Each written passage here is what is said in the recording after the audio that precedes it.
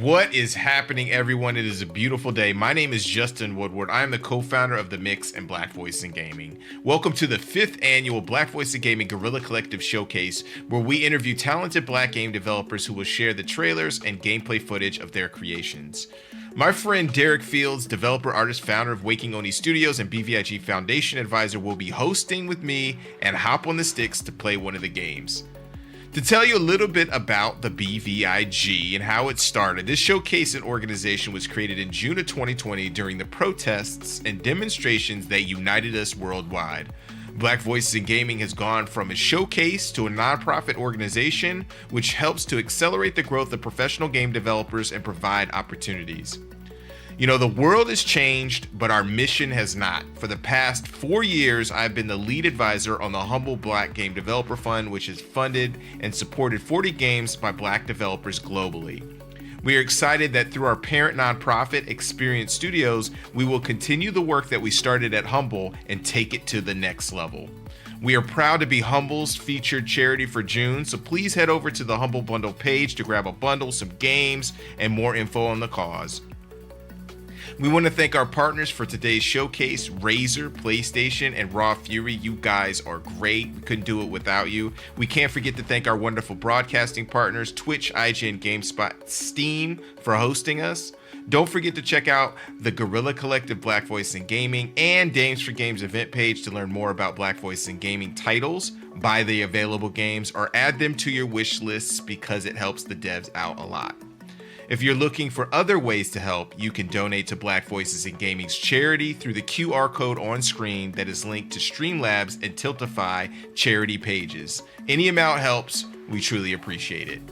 Remember to follow BVIG on Twitter at BVI Gaming and everywhere else, Black Voices in Gaming. To get things sparked off, our first guest, James Averett, is an artist and character designer behind the game Jay and Silent Bob Chronic Blunt Punch. Let's check out the trailer and get into the interview.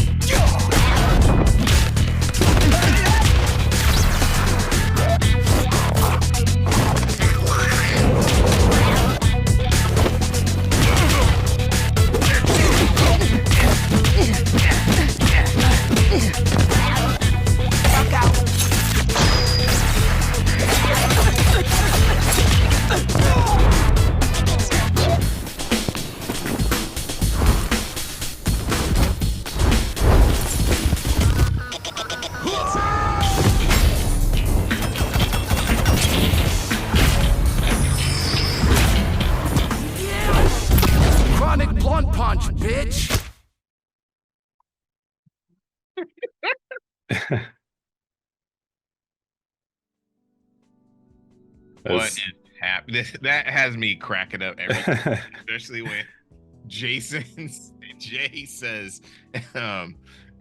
"Chronic Blunt Punch, bitch." I'm just like, it's. Yo, I was focused in on the mascot that was getting punched up in the animated trailer. I was trying to figure out like when do we see more of that? You like what's going to be happening there? Wait, which one? Which one? There's a mascot. Somebody's in like a cow mascot or something like that. Yeah. That was the Jay and Silent Bob Chronic Blunt Punch trailer. One of the games actually I'm working on. And we have James Averett. You said it right. I try to make it as quick as possible so I could pronounce those syllables, consonants, and all them things. You know what I'm saying? How's it going, James? It's going well. Thanks for having me. How are you guys doing? Thanks for jumping in. I mean, all those characters in that in the trailer are characters that you designed, which is pretty dope. You know. Do you want to kind of talk about like your role as a lead character artist and maybe where you got started? Sure. Well, the role was really kind of something that I aspired to and didn't know if it was in the cards for me in the long term. But when it presented itself, I was always made to feel like, hey, you can go big with your imagination, and we can always reel it in. And so I always felt like it was a role that let me be as creative as I really wanted to be, and that was one of the best parts of it. So um, throughout the whole process, I always had fun with it, and the goal was really to just make characters that looked believable in some way or another.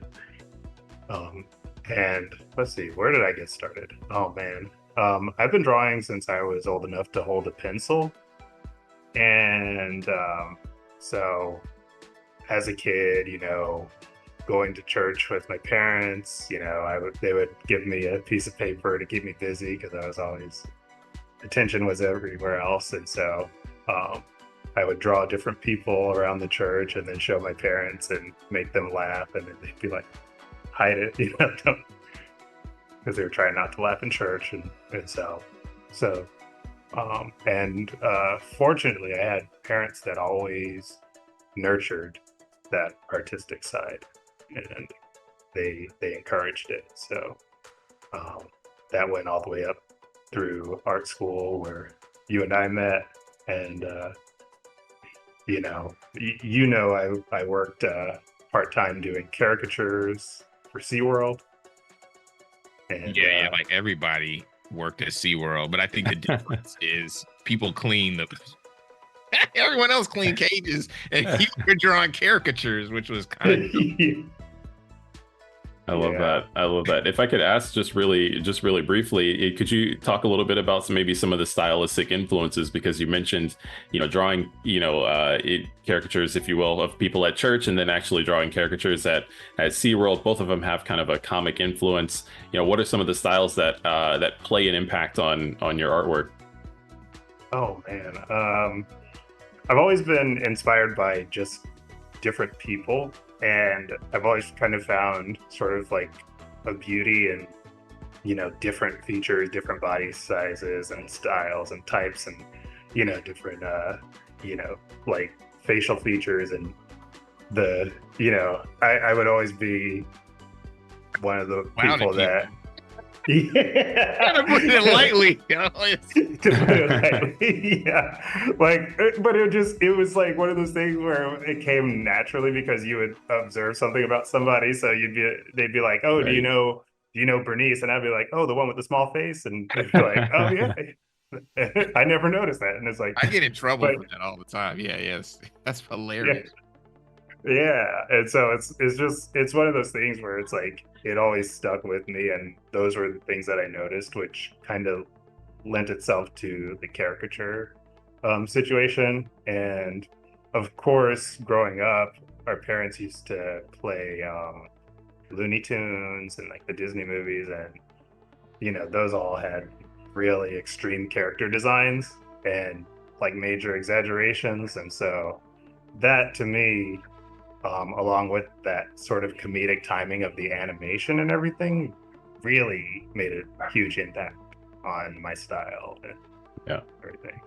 Yeah. That's cool. How And then, did you have any trouble kind of breaking out of doing so much caricature work when you started to design characters? Because it seems like it could be a habit after a while to make them look like the traditional caricatures that you would see in various, I don't know, I was gonna say carnivals. Yeah, well, you know what I mean? Because you worked at the zoo I, too. I worked at the zoo and I worked at the LA County Fair, so technically the carnival. I've been all over with the caricature, and I have all my fingers too. But yeah, but no, I did. I would say the caricatures I always kept kind of separate from the other art that I did, just because for me it was a job, and I had some friends that did caricatures as well, and they they encouraged me to keep doing it because they said, they really like my style or they like my approach to it. And so I always kind of kept that, in the repertoire. But with the character designs, I don't lean so heavily into it. I just kind of draw on like the principles of it. So like, you might see it in some of the characters that I design, facial proportions, they don't all look like the same character, or they don't look like they're all following the same formula. So, it definitely played a role in it. Right. That's really great. We saw a hint of some of the characters that are taking shape in the game. To what you can speak to. What are some of the highs and lows of working on character design? As far as like challenges that might come up or things that you're just really excited by doing.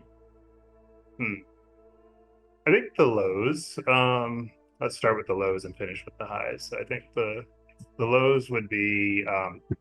Sometimes you do have those like walls that you hit, those creative walls, and you're like trying to think, how can I make this different? And or did I already use this approach to this character? How do you make things varied enough to where they look like they're still in the same realm, but they don't look exactly the same. They don't look like reskins or cutouts of the same character. And so sometimes that can be a challenge, and, just the pressure that you can put on yourself sometimes, that would be a low. But I think on the opposite side of that, the highs are just when you hit it and you get a really good character and you show it for the first time, and then everybody's laughing or they're like pointing out something that you like specifically put in there for that purpose. And it's just great when you really get a good character going. Yeah, the characters are ridiculous. Like we would be cracking up when looking at and just like coming up with ideas. Can you describe a few of the characters that we have in the game? They're all like pretty ridiculous, but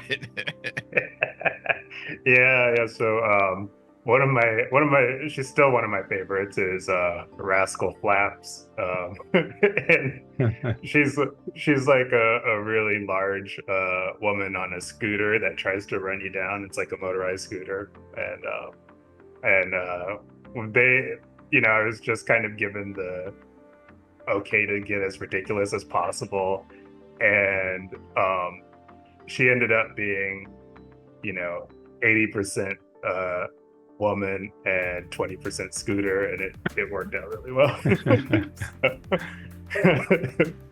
it was super funny, like a lot of secondary animation in that character. And yeah. And what else? The phone drones were fun to design too.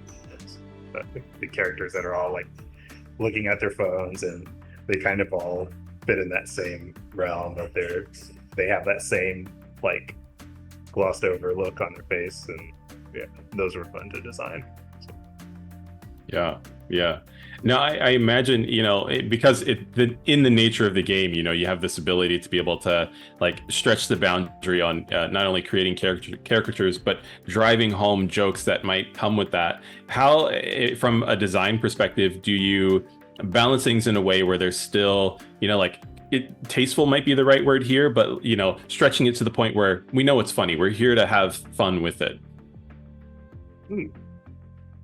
Like I said in the beginning, I was always given the okay to go big, and so I would go as far as I could take it. Justin can attest to that. We would sometimes just go. There is sometimes we would have to be like, yo, Yeah. Not but like, yo, we may need to like push that back a little bit. Yeah. Maybe offensive if we're trying to get a, you know what I mean? If we're trying to get a mature rating. It was like, we need to pull this back a little. So we can stay within before the AO, toe only situation. Yeah, that's hilarious. Yeah. Maybe it's like they said too much genitalia. Like you need like 5 less or something. Right. It's like, do they need that many nipples? Really? Yeah. But, so no, it was like go big and then you can dial it back, because sometimes it's harder to get something that's reserved to be pushed a little further, whereas like when you go big you can always pull it back a little, you can scale it back. So that was kind of the approach that we went with: go big or go home. And you were when you went to school, the Art Institute, you were in game design, right? I was. So you had to learn. You basically can you talk a little bit about how you learn how to you basically learn how to animate by yourself, right? Yeah. So the funny thing is, I initially went to that school wanting to go into animation, and the academic directors convinced me to go into game design. So I had all of one animation class while I was at the school, and I didn't do too well in that class.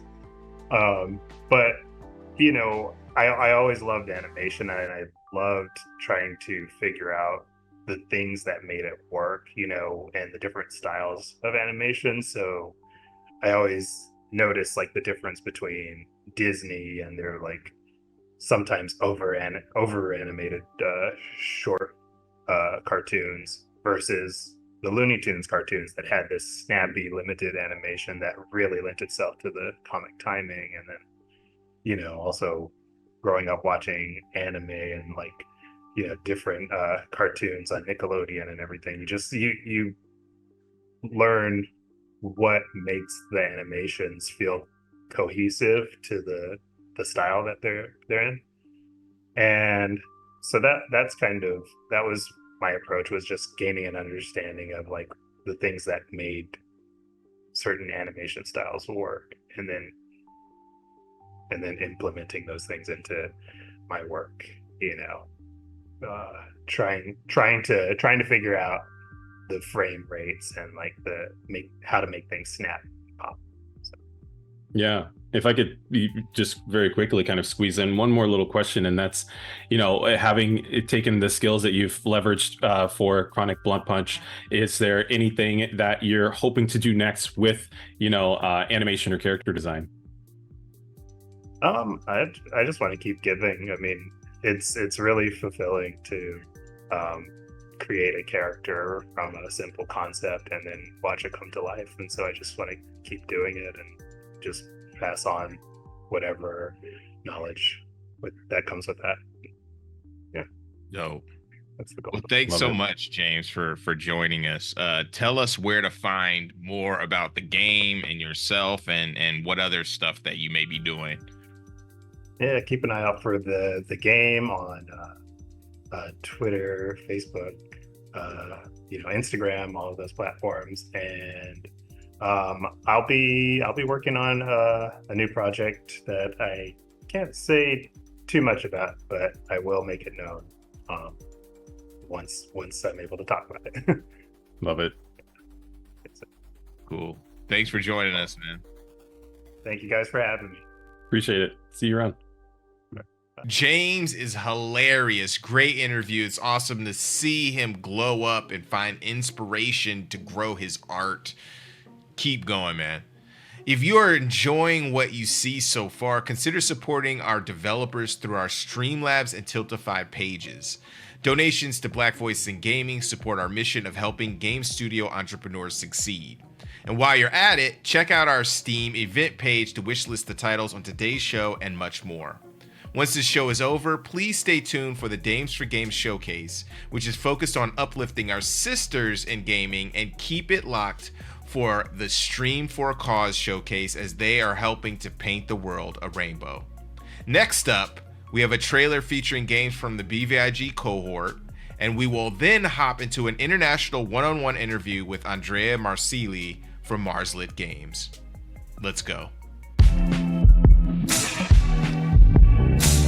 Gotta go fast, bombastic. Puzzle blocks fall in, break, that's magic. Gotta go fast, bombastic. When I'm solving blocks, fall magic. Brain waves from the twitch, feel passion. For the closure, satisfaction. Arranging my passionate closely. I'm loving my time with the whole team. Playing online in a full screen.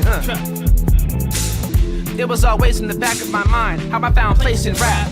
When my foundation was lost to time, it cost a whole statement track. Of apostle God's kin in a soft tin, going all in since the pots bubbled and acoustic sonic and guitar hymns. How I stopped them from accosting. Gotta go fast, bombastic. Puzzle bugs fall, then break, that's magic. Gotta go fast, bombastic. Puzzle bugs fall, break, that's magic. Gotta go fast, bombastic. Puzzle bugs fall, then break, that's magic. Wanna go fast, fantastic. First you gotta learn to go slow, that's mastery. Otherwise, capsize the crap, that's tragedy. Like to thank all the niggas had to laugh at me. And I'm so sincere, they look surprised. The painter cuts his ear and I gouge my eyes. That's art, my dear, you know the price. I pay it gladly. How embarrassing, the upper handing, the always having, the never growling. My hunger prowling, unencumbered, plugged into wonder. I found the path and tore asunder. Is it my writing causing the thunder and lightning? Is it my immaculate style making a hater smile? Is there a pension plan for a poet in Wonderland? Perhaps a participation protection one could find place in? Guess we'll settle for a podcast placement. Gotta go fast, bombastic. Puzzle box fall, break, that's magic. Gotta go fast, bombastic. Puzzle box fall, break, that's magic. Gotta go fast, bombastic. Puzzle box fall, break, that's magic. Gotta go fast, bombastic. Puzzle box fall, break, that's magic.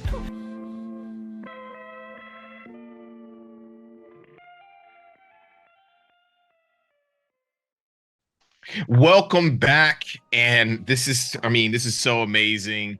We're with Andrea Marsili, and hopefully I'm saying that correctly. You could correct me if I'm wrong. With Marslit Games, who is developing a really, really awesome game, Althea: The Wrath of a Fairy. Hey, Andrea, how are you doing? Fine, thanks, Justin. It's cool. I mean, you're all the way in Italy. I'm saying all the way. I know we're worldwide in this piece, but how is it in Italy as a black developer? I know I'm jumping the gun. When I went to Italy, there wasn't a lot of black folks there. No, I mean, I'm probably the only one, but I mean, it's fine. The indie scene is growing up, and things seems to go pretty well here, So I would say things are going fine for black developer here. Let's say developer in general. There is not like a black developer scene here. So let's say for indie developer, things are going pretty well here in Italy. Yes. That's cool. There's a lot of like indie developers. I don't want to say a lot. There's a few indie developers that I work with in Italy, and they're always like very gracious and awesome to talk to and connect with, and always have really cool projects. How did you get started in game development? I mean, and with we, I mean me and my brother, because the whole Marslit game is just me and my brother. Started in the comics and book industry for a few years. We didn't really like it, and we've been gamer for our whole life. So one day I was like, let's try to make games. And my brother just said yes, and we tried to make games. I mean, I'm the programmer and writer part of the team, while my brother do everything that is graphical or artistic, because I can do any of that. So it was just like that. We've been working together basically for our whole life, So there is a great chemistry between me and my brother. So I mean, you wouldn't say Althea is a game made by just two people, Yeah. Is it just you, or do you have others? Yes, just me and my brother. Wow, that's crazy. Like the game, the game looks amazing. It looks so good. Yes, the animation, the writing, the programming, even the porting, everything is just me and my brother. We're going to pop some gameplay on the screen as we talk about it, but talk to us about Althea, The Wrath of a Fairy. It looks really, really dope. So long story short, the game is basically heavily inspired by The Legend of Zelda, the old one, like, Twilight Princess, or Ocarina of Time, Wind Waker, this kind of Zelda. So we liked Breath of the Wild a lot, but we felt like dungeon were missing. I miss dungeon, and this is where the main idea from Althea came true. We wanted to do a early 2000 Zelda game, in 2024. And also we took inspiration from a lot of anime because we are deep into the anime thing, So there is a lot of inspiration from Studio Ghibli, but even Evangelion. This is what we grew up with, At the deepest side of the game. I mean, the game is mainly gameplay and things to do. There is a lot to do, a lot to see, but we wanted to make a game where it's like, those deep personal in the game, but where on the surface you see just basically a pure gameplay game with all of the deep meaning, because the game is mainly about dealing with that, because we have some rough year in the past, and as writer I wanted to do something with it, and I came up with a story, and my brother came up with the gameplay. We have like one single mind when we work. That's This cool. is how So we work. can you give us a synopsis of the game and like kind of what like the character and that kind of thing? Yes, sure. So there are two main characters. There is Lily and Sadie, and Lily is just like Link, is a guardian. She has a sword and do guardian things. While Sadie is a monk and he use magic, is more of a thinking guy, use more his mind than his power, and together use both character to basically go through the game. You solve puzzles together, you live your journey together, because they are both main characters.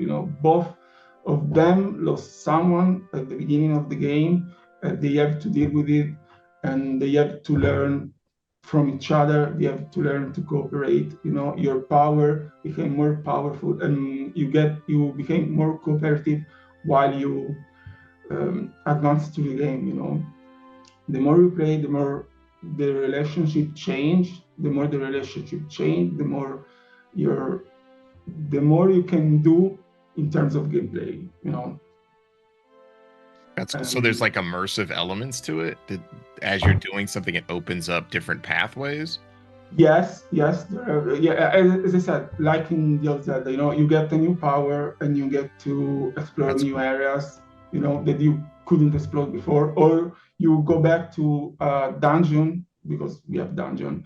You go back to a dungeon that you previously couldn't really fully explore, and now that you can use the new power you obtain to explore new areas in the said dungeon and learn more about the lore of the game and advance to the story. Did you use real life elements to draw from when you were writing the story? What was the writing process Absolutely. like? I mean, the writing process is a huge mess, because because you have to adapt to what's happening.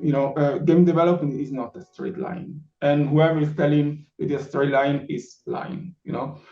So I had the story at the beginning, and while I was developing, while we were creating, I changed bits and parts here and there. The core story is there, is 100% the same that I wrote the first day, but basically, not say every day, but basically for the first half of the development, everything changed regularly, because you work on system, you work on the character, and you learn more on the character. Even while you write them, you think with their mind, and thinking with their mind, you learn more about them. So you want to change something in the story.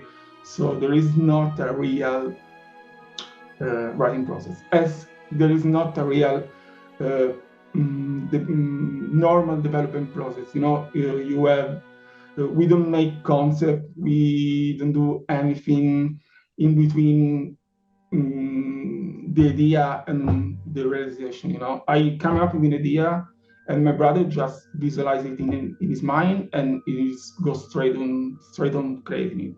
That If totally I makes have That makes sense. Yeah. Yeah. I have a character. I read about this character, and my brother can see it how I imagine it, exactly how I imagine it. I don't know how that works, but it's like that, you know. No, that totally makes sense. Are there like certain uh characteristics that you're drawing from like friends and family as you're developing the characters? Or is it just Mm, like you have this idea of this character and like you want to make this specific idea and character come to life?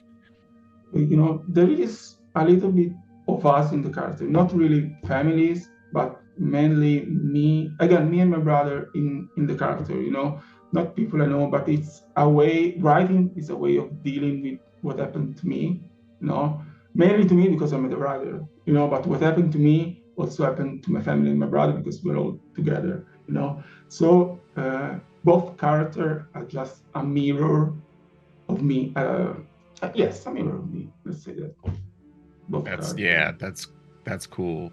Does it draw from like as you like how you were getting to your family was getting to Italy? Or I know earlier before we even jumped on, you were talking Yeah. about how your family Mhm. left Somalia, right? Yes. Yeah. Yes. I mean, my mom, my father was from Italy, but no, it's not really. There's not really that. No, but there is. I said there is a lot about my past. Like my past 10 years are probably there is a lot there, a lot, really, like a lot. I don't want to spoil anything because if I say Yeah. something, I'm gonna spoil something in the game. So I don't really want to say too much. But yes, there is definitely a lot about my past, my life, and everything. Even it doesn't look like a game, you know, this heavy story game where there is the developer that put all his life inside the game, and you can clearly see it. You know, you really need to understand it. Previously, I said that one of the inspiration was Evangelion, and Hideaki Anno put a lot of him inside the anime, and if you just saw it, you can grasp it. But if you really pay attention, you can see what he was going through and his life and idea in his creation. And I want to do the same thing. I won't manage to do it, but I this is the idea. Let's say.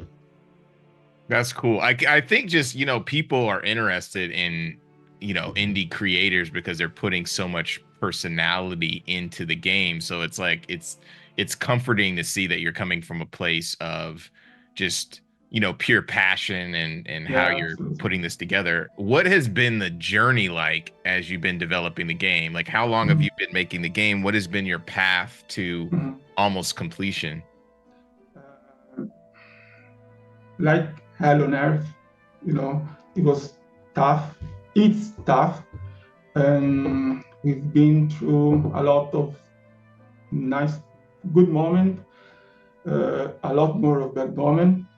But as of the game, as of the writing process, we try to use everything that happened to us and put it in the game. You know, even if we've been through a lot of bad time, you know, we now we are close to finish the game. We are pretty satisfied to how it's coming out, you know, and the whole process, the whole journey was, I don't know, at this moment something I wouldn't do again. But I know that as soon as I finish this game, I'm going to jump right into the next one, you know. So You're glad. I don't know if I hate myself or is something I think it wrong about me, but it's like that, you know. No, I feel you. I mean, I'm, as a developer myself, I'm the same thing. I feel it's like a glutton for punishment, as they Mm, say, where I'm like, it's painful sometimes, but it's yes, a journey. Like it's a very interesting. There's a lot of twists and turns, and at the end of the day, you've created something. So, yeah, congratulations for getting this far. You know what I mean? And like making yeah. something that's like Thank you. it's very impressive, you know? Yeah, that's cool. It's great that you're able to also express that. Or what are some of the trials and tribulations that you've had? Like, can you just name maybe one that other developers may go through? So the main thing about this is going to be like taking it from far, but this main thing about this whole industry and then is that the people making the game are not the people taking the decision, and so there is some miscommunication, you know. This is one thing that, you know, I think a lot of developer can relate to. And other things is I hate cloud stuff, asynchronous stuff, but it is more of a programmer's things. And other than that, I think I really like the journey of making the game. You know, even if, as I probably said, I hate it, but I really like it because, you know, you get to deal with your own thoughts. You, even if it sounds boring, you get to stare at a screen for like 12, 13 hours a day because we've been crunched like from day one and so on. But you get to stare at the screen for 14-hour days, and you think a lot, you know. And for me, for how I am, it's great, you know. It do a lot of good for me, at least mentally, you know. That's no, I feel you on that. Yeah, thanks for sharing, for sure. So where can we find out more about Althea, the Wrath of Aferi? For sure, Steam wishlist, please. But also Twitter and Instagram.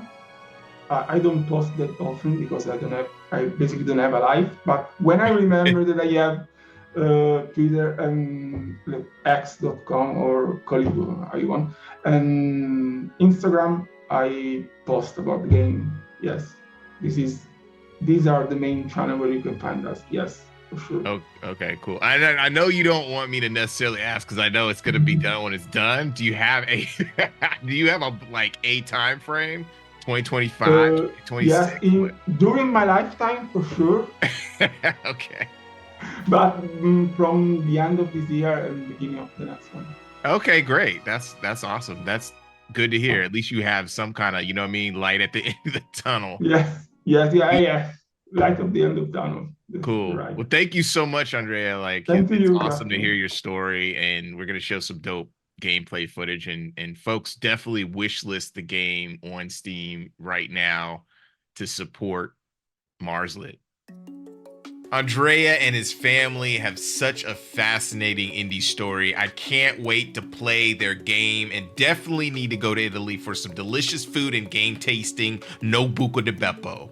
Shout out to Sean Alexander Allen, one of the leaders of BVIG, and all the devs for showing their latest and greatest in that trailer. If you missed some of the dope developers and games from BVIG, check out our website and follow us on Twitter/X at BVI Gaming. The Dames for Games and Stream for a Cause showcases are up next, so please keep it locked after the show.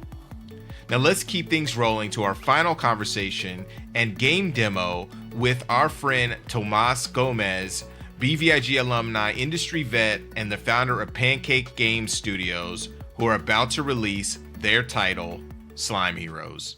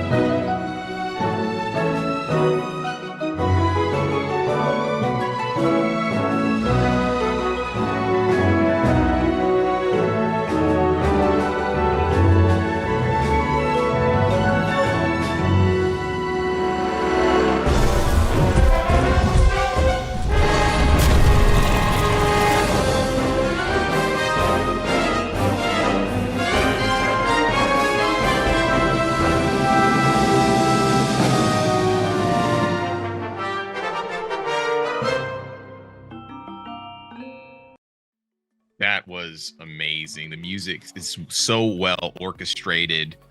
We got Tomas Gomez here chilling with us, and alumni of BVIG. That's right. BGDF. Like, we connected during the Guerrilla Collective of 2021, I think, like at that time. But yeah, let's bring him in.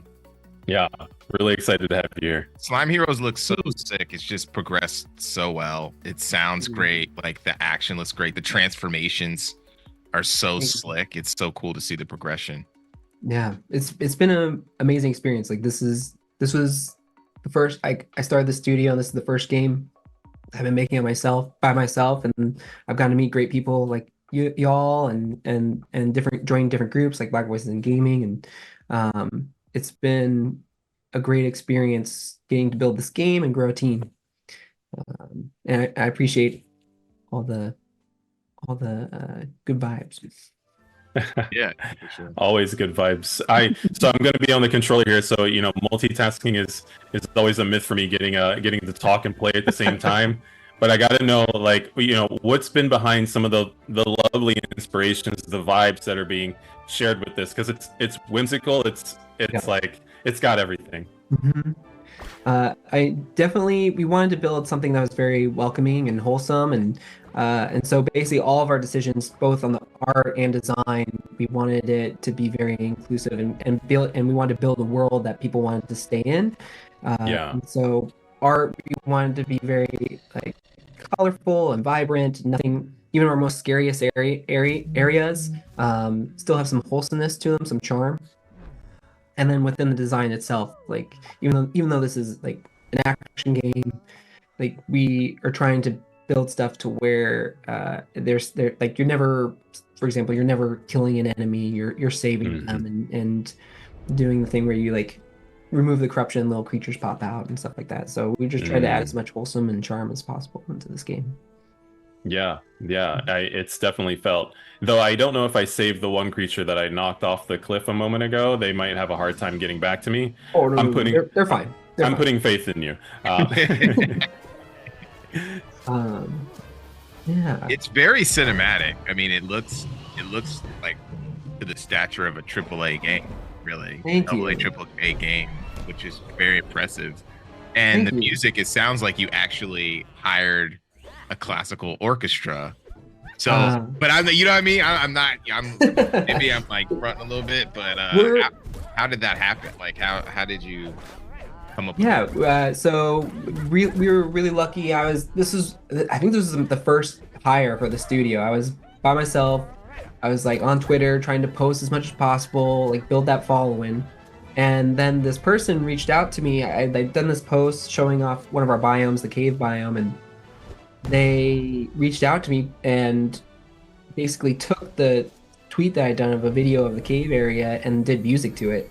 And wow. their name is James Lawrence, and it's actually their intro into the video game industry.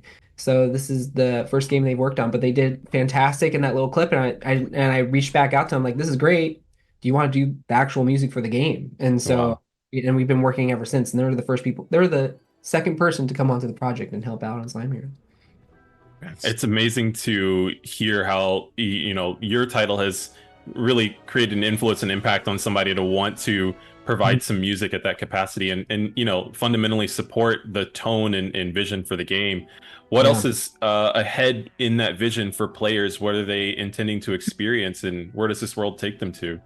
Yeah, so like this is definitely like a huge world. There's lots of different areas to explore. The main mechanic for your character, as a slime, you can actually absorb the skills that you see that the enemies are using. And so you're kind of exploring, finding different enemies, taking their skills, and then combining those into brand new skills. And so there's like almost like a Kirby-esque to it where you're taking the enemy skill, but then you can mix and match them and build brand new ones. Wow. And then, there's just tons of exploration. We have done a bunch of biomes. There's going to be lots of boss fights, which will be the hardest combat in the game. There will be more cinematics, more great music, and a story that we've been developing for a while now that we're pretty excited to share. Yeah. What made you I know you kind of talked about this in the beginning, but slimes, like what fascinates you about slimes? So It's all some Barbara Walters stuff, but it's not at all. I mean, it's like not not, this it's like not gonna not be that deep, appropriate son. for the stream. No. No. It's like when this. So I was by myself, like first figuring out this game idea, and I was trying to like figure out. So there's two real reasons why we went with slimes, and one was I wanted to find a character that could be charming, that players could associate with and understand. And slimes are one of the monsters that you commonly see. I think anyone who's played any type of mostly fantasy game, like they've probably seen a slime and they know that type of monster. And so Right. something that's kind of relatable that people understand. And then we also wanted to tell a story. So like the overarching story here is actually we're trying to tell a story of a race that got oppressed, and basically the world doesn't view them as something that is beneficial to this world.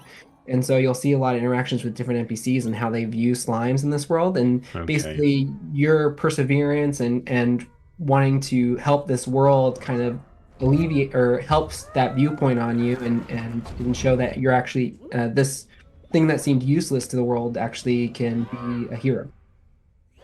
So what happened to that character right there? It was so cute, and then it turned into this like actually look cool looking villain. It was a very cool transition. Yeah, it looked pretty badass.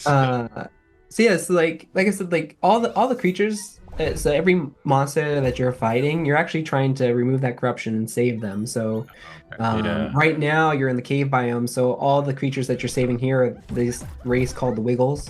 And every biome, the next biome after this will be forest. There's this there's this own race here called the Boti, and you'll be saving them. And as you save more and more of them, they'll actually help you in an adventure and giving you like equipment and stuff like that to use later. It's awesome how you're flipping the script that way. Yeah, because slime are like the lowest, denominator when it comes to those. You're just fighting tons of slimes and stuff. Yeah. In fantasy games. So that's interesting. It's well timed too, because if I remember correctly, there's a few different anime series that are interpreting that same sort of relationship with the slime character now being the protagonist, and so I feel like you found your target audience. One of the things that I want to comment on. Oh, sorry, please go ahead. Oh no, yeah, we're definitely there's a handful of those animes out now, and then we've noticed we correlate very well with that. Which yeah, it's definitely felt. Having the opportunity to play this directly, I've discovered a handful of combat moves. I'm changing into a fist and an anvil. You've played so much into the characterization of like how much personality a slime could have, which is again just really charming. Could you expand a little bit more about the combat? I've gathered weapons. I have different combat moves and things. Yes. So the main push and pull is, so you have three skills that you can customize and build to whatever you want. So for example, for that, like early on in this area, you can get two skills, a projectile and a whirlwind. And so the whirlwind will pull enemies towards it. Projectile is a pretty basic projectile. It shoots a single projectile in front of you along the path. You can combine them. So if you do like a projectile whirlwind, you can actually have a whirlwind that shoots it and then is actually a projectile that's moving along the path and pulling enemies to it along its way.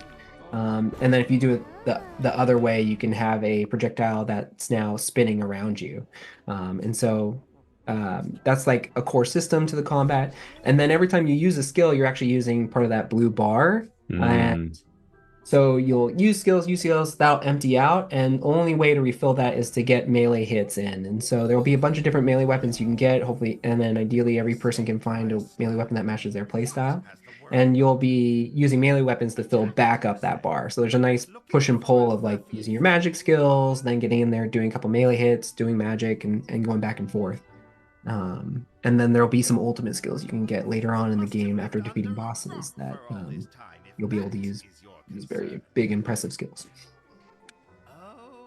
And Yeah. there's multiplayer support in the game. Yeah, so we've been working hard, and we have a demo that people can play right now, single player. They can also play online, so they can play with a friend. It's two people, but you can enjoy the entire experience together. From right after creating your character, you can join each other and play from the tutorial all the way to the end credit screen. We wanted to, I think as a studio, we want to build games where people can share experiences with each other. And that was something that was important to me. And so, yeah, so this game you can play with a friend or a family member through the whole thing. That's lovely. You didn't mention voice acting. We have I was voiceover supposed to as too. well. Like, Yeah. when I pulled up on this character, he started talking and it's wonderful. So like, yeah, would love to hear more about that too. Yeah, like we have voice acting for almost all the characters. I think the only characters that don't have voice acting are the little creatures you save in the biomes, but all of our NPCs, the bosses, have voice acting. We thought that was really important to add that charm and character and personality to at least the core cast. Mhm. And so yeah, so there's VO through the entire game. Yeah, it's like all of the nuance to the idle animations just from the characters. It's so seamless. How do you view the characterization of the animation? Like, how did you go about like establishing what you wanted the game to feel like? So we definitely early on we were trying to figure out what were some things that we could do as a slime as a main character. Like what were some unique things that we could do there? And so we were like exploring a bunch, and it's like you'll see the slime character just in their idle animation, like they'll occasionally wave to the player, trying to create that bond with the player, and they'll turn themselves into a hand. Yeah. Also it was pointed out that during combat, if you do a jump attack, they'll turn into like an anvil or anything. We just wanted to utilize. We have a character that's this amorphous thing that can change shape, and so we wanted to really utilize that. That was cool. You turned to a fist right there. He did. I saw the boot. I'm like, I'm gonna be a boot all day. There's also like hats out there where you can personalize your slime, and so you'll actually change the silhouette of your slime to kind of personalize. That's fun. Anywhere from like, what is it? We have sunglasses or like spikes coming out the top of your slime's head. There's like a top hat, Heck yeah. slime top hat. Yeah, we wanted to try to add as much character to this as much as possible. So trying to find as many opportunities that we could. Is that the inventory like section when you were, or a tree system? What was These are skills that I can equip, which are the ones that the slime character is learning from or sort of gaining from all the different enemies. And then there's my my menu here where I can equip my weapons and my hat. Mm-hmm. And then in the skill menu you can actually, there's a second slot underneath that main slot that you can click on and then add that secondary. So if you added a projectile to your whirlwind right now, it changes the properties of that skill. Oh, wow. Okay, let's. So you can get duplicates of the skills, but that's because you can mix and match them, and then the order matters also. Tight. Mm-hmm. Oh, that's gonna be fun. And then you'll see a third slot, like later in the game, you'll find damage types. So you can add like burning damage or ice damage, or I think we have like 12 different damage types that will be able to customize your skills even more. That's awesome. Yeah. So tell us about the release. Like, you're eking towards the release. We're getting so close.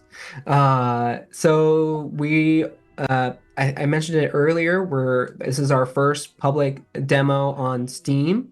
That is now available, that players can experience it. So we're really excited for people to get in there, get their hands in there, get feedback from that.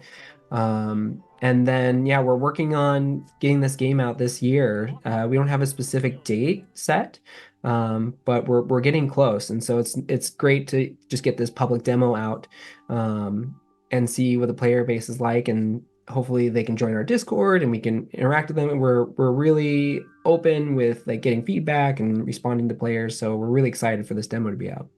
What platforms? Yeah, so right now the demo is going to be available on Steam. We are developing the game for multiple platforms. Right now, we've only announced Xbox for sure when we initially launch, but we are looking at other platforms potentially. That's But awesome. this demo will be on Steam. The game looks really dope. The progression of it is so awesome, and it's great to see that you've built a team that can Thank put you. together something that this is this exquisite. You know what Yep. I'm saying? The team's been great. Like we're a small team. We're 7 now, but a lot of them are like first time in the industry, and they're just really passionate and want to like. There's just as much excited for Slime Heroes as I am. So like it's been great being able to work with all of them. Awesome. Making Where new can we? heroes out of slime heroes. Dude, yeah, that's great.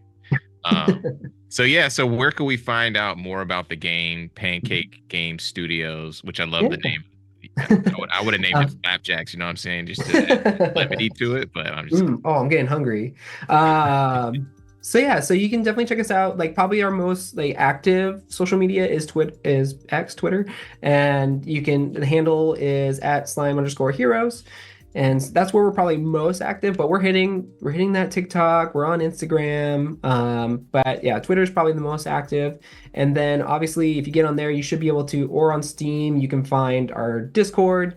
Definitely join our Discord. We're growing that out right now. And after this, probably our next steps we'll probably do some closed betas and try to get more feedback from players. So definitely join our Discord and look out for that. But yeah, check out our Steam and try the demo out and then give us feedback on our Discord. That'd be great. Yeah, definitely check the game out, wish list it, play the demo, support. Thank you so much, Tomas. Yeah. Sorry. See, we gotta start this whole interview over again. Black Voices in Gaming and y'all like just like I feel so grateful because I feel like I wouldn't have been here if I hadn't had y'all's support. So I mean, it's awesome to be able to connect and do what we can, man. Yeah. Your voice needs to be heard. So thank you. for sure. Thank you so much. Awesome. Well, thanks, Tomas. Awesome stuff. I can't wait to get my hands on that game. Yeah, same. Like, it's so dope and beautiful. It's also inspiring, for folks who want to get into the industry, whether it's AAA or they want to become independent. That's something to strive for. So this is invigorating, through some hard times in the industry. That should be acknowledged that there's still an opportunity for developers to create really amazing things. And Tomas and Pancake, the rest of the team is doing exactly that. So yeah, really inspired. Thank you, Tomas, for sharing Slime Heroes. It is looking incredible, and congrats on signing with the publisher, funding, and making an impact in the space. Well, that is our show, folks. Remember to check out the Guerrilla Collective event page on Steam, where you can learn more about the BVIG titles, buy the available games, or add them to your wish lists. Wish lists help the devs a ton. I can't say it anymore. You know what I mean? Just go ahead and play the demos. Check out the games. You know what I mean? Much love. We'd like to give a shout out to our partners for today's showcase: PlayStation, Raw Fury, Razer, Wilson Sonsini, and Humble Bundle for rocking with us this year and every year. Again, Black Voices in Gaming is a nonprofit that helps the developers in the culture who are making dope games through funding, accelerator programs, networking events, and showcases. Head on over to Humble Bundle to check out the latest bundle that will directly help the BVIG organization, and hit up our Tiltify and Streamlabs charity pages as well. Thanks to our broadcasting partners Twitch, IGN, Steam, and GameSpot for their support and hosting us. Thanks to the Experienced Studios team, the BVIG advisors, the Mix team, and Tracy for being allies. Thanks to Derek for rocking with me on the hosting tip. You are so great and awesome. Follow us on Twitter or X at BVI Gaming, and everywhere else at Black Voice in Gaming. Visit our merch page for some cool, sick gear. We got all kinds of stuff. We hope you enjoyed yourself. Thanks for rocking with us. We had a blast introducing you to some great games, developers, and people making moves in the industry by doing their own thing. Stay tuned for the Dames for Games showcase and the Stream for a Cause showcase next. They are going to be fun. Once again, I am your host, Justin Woodward, co-founder of Black Voices in Gaming and The Mix. See you soon. Peace.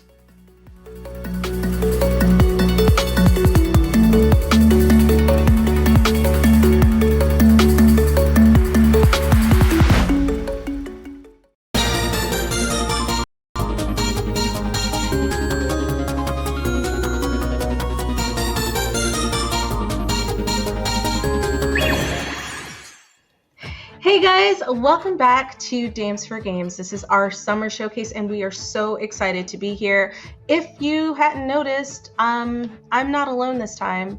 I have brought along a co-host to help me introduce all of the amazing things that we have coming up and the incredible people that we are going to interview later on in the show.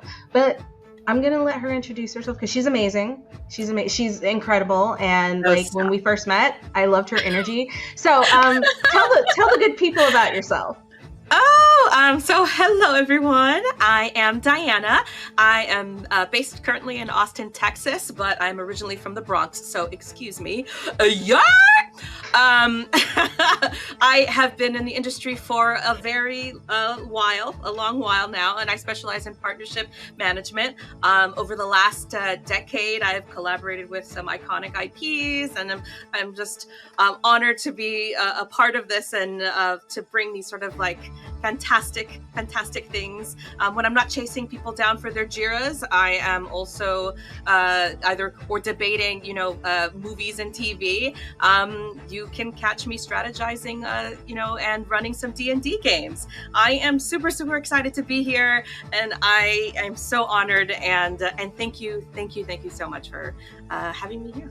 No, thank you for coming on. Because listen, I know it's usually my face that you guys see, and I know you're like super excited to see my face, but we are trying to bring in as many women in the industry as possible. Mm-hmm. And Diana, let's give you your flowers because you really have done a lot in the industry. You continue to do a lot. You continue to be one of those voices that people listen to when it comes to all sorts of things. So thank you for coming on and helping me host this special showcase, because if you guys don't know, we're kind of in a block of diversity, inclusivity, all of those things. We had Black Voices in Gaming, which I know you caught, incredible developers on there, and we have Stream for a Cause, who we're partnering with, who are highlighting the LGBTQ plus community and the gamers there and the content creators and the developers. So we're kind of like just taking over, right? Yes. We're just, today is the day. So, honestly. Yeah, right? Today is the day. Watch out. Okay, like we're coming for you in a positive way. Those weren't fighting words. We also want to thank our partners who have helped. Yeah, this is gonna. It's a great start already. But I wanted to thank some of our partners who have helped us in the past and continue to help us. Basically help this platform flourish, and that's Twitch, that's Steam, that's IGN. You guys are just, I don't know, you've done so much. And GameSpot. Don't let me forget GameSpot. Mm-hmm. I also wanted to give a special shout out to the people who have given us money for all of our showcases. HeroCraft, y'all are the heroes of my heart. Mm-hmm. Steady. Mm-hmm. And Indie.io, formerly known as Freedom Games. Indie.io. Oh my God. You don't understand how big of a deal this is. Like, we wanted to call it Indie.io, but then I was like, no, we need to put that dot in there. You know what I'm saying? Yeah. And then I slipped up and didn't do it. But Indie.io, formerly known as Freedom Games, continues to be one of our biggest supporters. So thank you guys. Now, I could go on, and I always say this, but I won't. I'm just going to let the developers speak for themselves. So the first one up is HeroCraft. They created a very special video to showcase some of the women who work in their developing team, and then it's going to be followed by a lot of other developers. So stay tuned and enjoy the show. We will be back soon, won't we, Diana? It's going to be fantastic. This is going to be great. I'm going to go get some taquitos and some food, and then we'll be back. I'll share. I'm going to do the same thing. I'll be right back too. Okay. Hi everyone, my name is Jillian. I'm a social media specialist working in the tech industry, as well as the social media manager for Dames for Games. My gaming journey started when I first picked up the Game Boy to play Pokemon Red, And since then, my passion for gaming has become such a big part of my life, and it's where I've been able to meet some lifelong friends. Gaming is truly for everyone, which is why I'm super excited to shout out one of our sponsors for this showcase, HeroCraft PC, who through their help we've been able to really organize these showcases to amplify all the amazing women developers and gamers in the gaming industry and community as a whole. With that being said, I'm super excited to introduce our next segment, which is all about cozy animal games. So snuggle up with your furry pals and let's dive into some of these awesome games.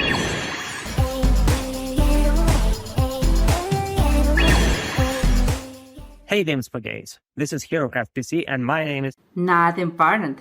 Hey Games for Games by HeroCraft PC, the publisher with the latest titles and a women's perspective on marketing, as 100% of our marketing is made by Dams. Damn, we do a full cycle of it, including PR, influencer marketing, event participation, or getting in touch with our players, keeping our communities running, and gathering feedback. We also create a wide variety of video content, such as shorts, trailers, streams, and specials as this piece. And don't forget about user acquisition and analytics that are critically for gamers' ability on Steam and other digital market platforms, including consoles. We are really proud that we can bring all our passion and professional skills to make visible all those awesome women-made games such as Union of Gnomes, World on the Maze, and Catizens. And we are so proud of how we do it. We have awesome art department and great outsourcing specialists who help us to fill all the matters we need.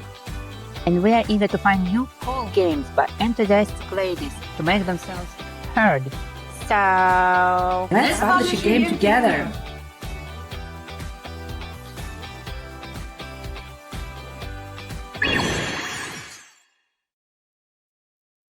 Hello, Dames for Games!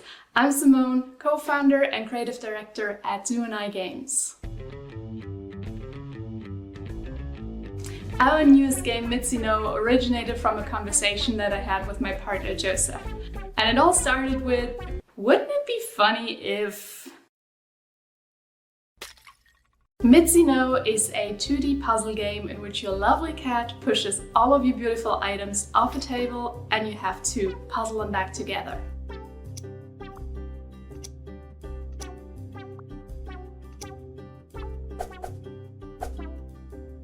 Since we are a super small team, I am basically in charge of all of the art.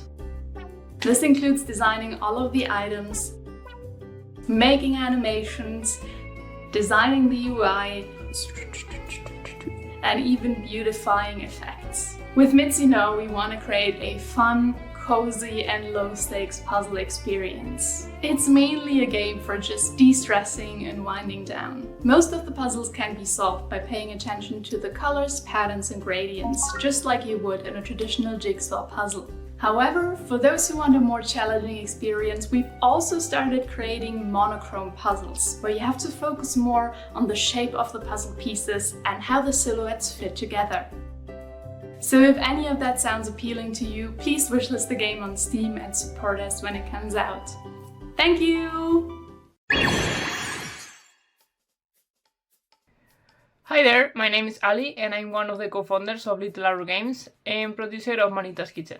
As a producer, my role involves to keep everyone in synchronize, ensure everyone achieves their targets and deadlines, and of course make sure that everyone is on the same page through the development. And of course, one of the most important tasks, keep everyone alive and happy. But before we talk about our project, we need to discuss something first. Pizza. Which one is your favorite? My favorite is barbecue. It's just a classic, it works every time. Can you guess which will be our main character favorite pizza? Now let me introduce you to our latest creation, Manita's Kitchen. In this delightful cooking adventure, you'll step into the shoes of Trexito, a T-Rex with a passion for pizza.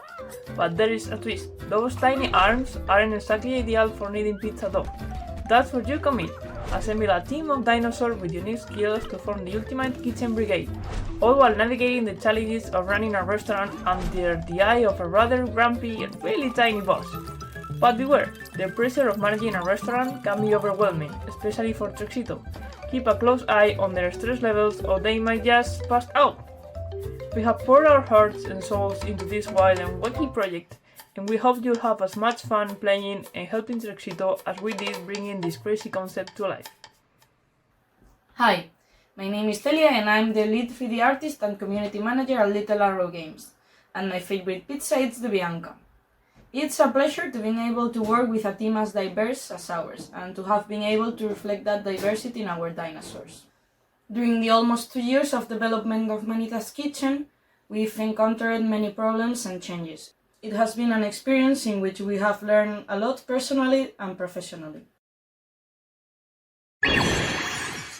Hello, Dames for Games. My name is Michelle Franklin, and I'm the narrative designer on a game called Spaceboat. The Spaceboat. I also sing the theme song. I'm also the social media manager at Recombobulator Games, a company that focuses on games that have good old fun and that have very high accessibility. I've worked on and off in games since the Wii era, and I've done a lot of narratives for PC games, DS games. But today we're going to show you our latest trailer for Spaceboat, which you can wishlist right now on Steam. The demo is available on PC, Xbox, and PlayStation, so enjoy. What is this? Is this me? Oh, my eyes are burning, you stupid bastard. Welcome to the Jelly Shore Boardwalk. Looks like it's time to suit up. Thank you for choosing the Yellowfin Tuna Cab Company. But what is narrative design? Let's take a second to talk about what narrative design is. Narrative design is not just game design, it's not just game writing, it's actually both. And in order to be a narrative designer, you should have some game design experience, and of course you should have some game writing experience. It's not only about writing characters or world building or designing systems that players are going to interact with. Narrative design is how players interact with the game as a whole. So your narrative and your story has to fit together with the game design. I got into narrative design because I'm a writer, and I actually was in game design first, and I gradually made the change from game design to narrative design because that's what I enjoyed more. Straight to the fellow with a question mark over his head. Now why'd you go and do a thing like that? Well, hello! Are you a gelatonian? Yeah, I sure am. I'm one of the 4 sentient species found in the Gelatonian cluster of United Planets. I was born on Gelatnix 2, you see, but I moved to Gelatnix 4 when I was just a little gumdrop. I've been here ever since.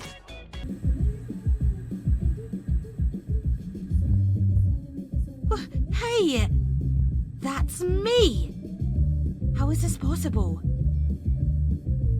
We're not you, we're us. Why do you follow us? Us? What do you mean, us? There are only 2 of us here, and you can't just run around looking like me. Hey, is that my suitcase? Be more careful!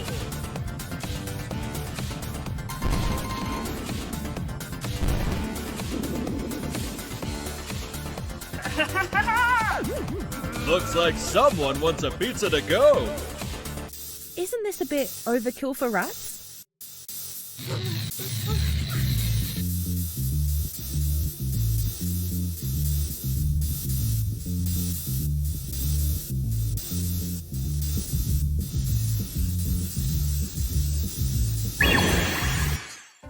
Hello, Dames for Games. I'm Shondine Yazzie Woodward. I'm a co-founder and art director at Subliminal Gaming, and we're working on Button City Soccer Days. Button City Soccer Days is our follow-up to the game Button City about cute animals playing soccer. You'll play an arcade-style soccer game with fun physics and follow the original Button City crew through a tournament arc. In the story mode, you'll plan your days between games, make new rivals and friends, and explore a diorama town. I worked on the art direction in the game. Even though the art style is low poly and looks simple, I put great care into enhancing the world with little details to bring the game to life. Things like the color palette for the world was carefully thought through, and small imperfections were introduced to the 3D models so they felt more organic. I hope you enjoy Button City Soccer Days. My name is Valentina Hawes, and I'm a 3D artist on Button City Soccer Days. Working on such a small team, the work I do changes frequently from week to week and even day to day. Sometimes I'll be making concept art, sometimes I'll be modeling soccer props, fields, and accessories, And sometimes I'll even be adding effects to juice up the soccer gameplay. And sometimes I get to make fun stuff like emotes and stickers for our Discord server as well. My biggest task in the game so far has definitely been designing and modeling the stadiums. Since these environments are so big and vast compared to the little diorama levels of Button City, trying to balance the level of detail while still maintaining a sense of scale and maintaining our cute low poly art style has been an interesting challenge. I hope players who enjoyed Button City are excited to return to our little world and its characters with this new soccer twist.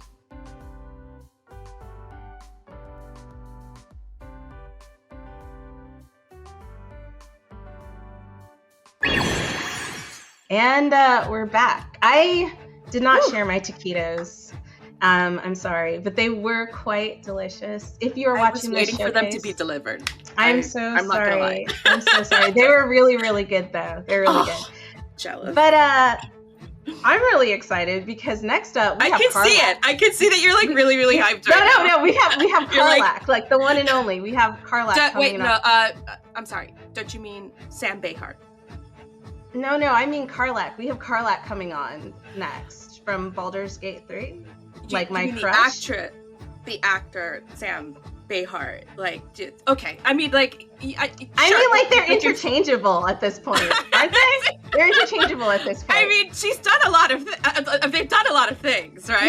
No. You're right. They have done a lot. They've done a ton. But the character that won my heart over was Karlak. Look, I did the same thing with the Jason Momoa movies.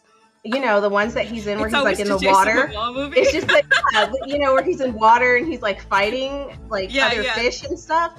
That Jason Momoa movie was dope. Okay. And the Karlak game is dope. So I'm really excited that we have Karlak on to talk with us today. But all jokes aside, Sam is an incredible actor. She's done so many things and she's going to come on and talk to us about what she's done. We're actually going to take a time machine and go back in the past because you'll notice that we're wearing different clothes. So it's just because we're geniuses and we took true. So we went to the back. Anyways, it was a full thing. It was a whole thing. It's sitting on my couch right now. It's actually really small. Okay. Anyways, guys, we're going to jump into this interview. I know you're going to enjoy it. They are incredible. Okay, so we'll see you after the interview. Mm-hmm.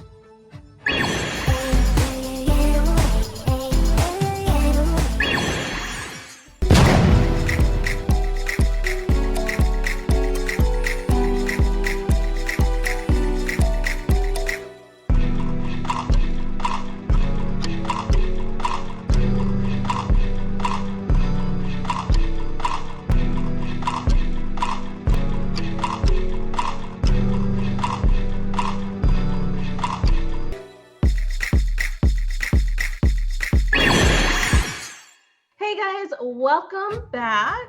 I'm super excited because this is going to be our interview with the wonderful, the talented, the amazing Sam Behar.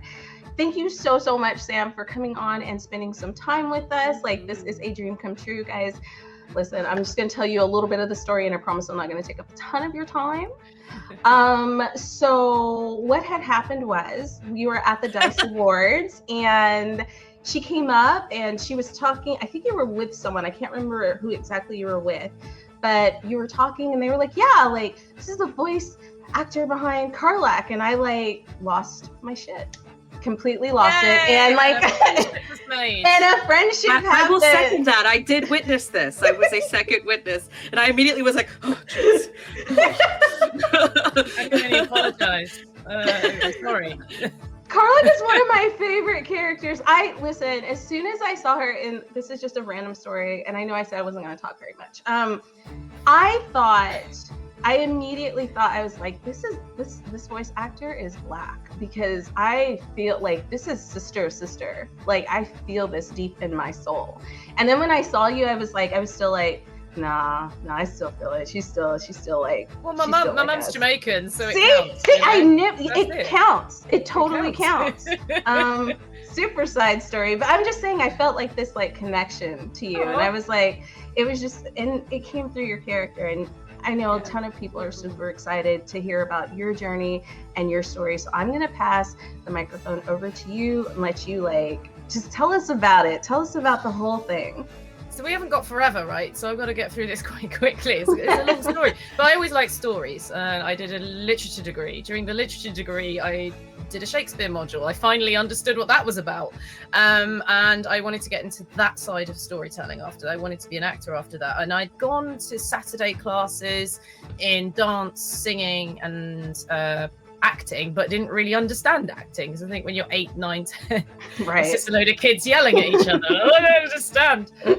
But then I did. I saw the Shakespeare and I fell in love with the text, and that was sort of it. And I'd been doing some amateur bits and bobs, but I knew that I needed something. I'm just not from that background. I didn't know the way in, so it took a little time. And I did something called The Hitchhiker's Guide to the Galaxy for Radio 4 when they adapted the third, fourth, and fifth books after Douglas Adams had passed. And I was very lucky. I got in right at the end, kind of like Indiana Jones's hat being pulled out from. I felt like the hat because I played the main character's daughter in the last book. So that's incredible. Cool. And then since then, we did a live tour together as well, about, say, 12 years ago now.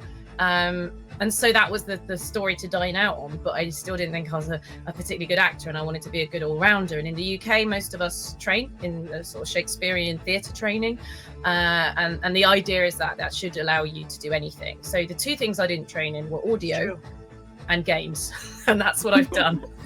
Pretty almost exclusively. I've done some theatre as well, but so I there's a reason I'm about to brag. It will become apparent very quickly. I got into every drama school I auditioned for.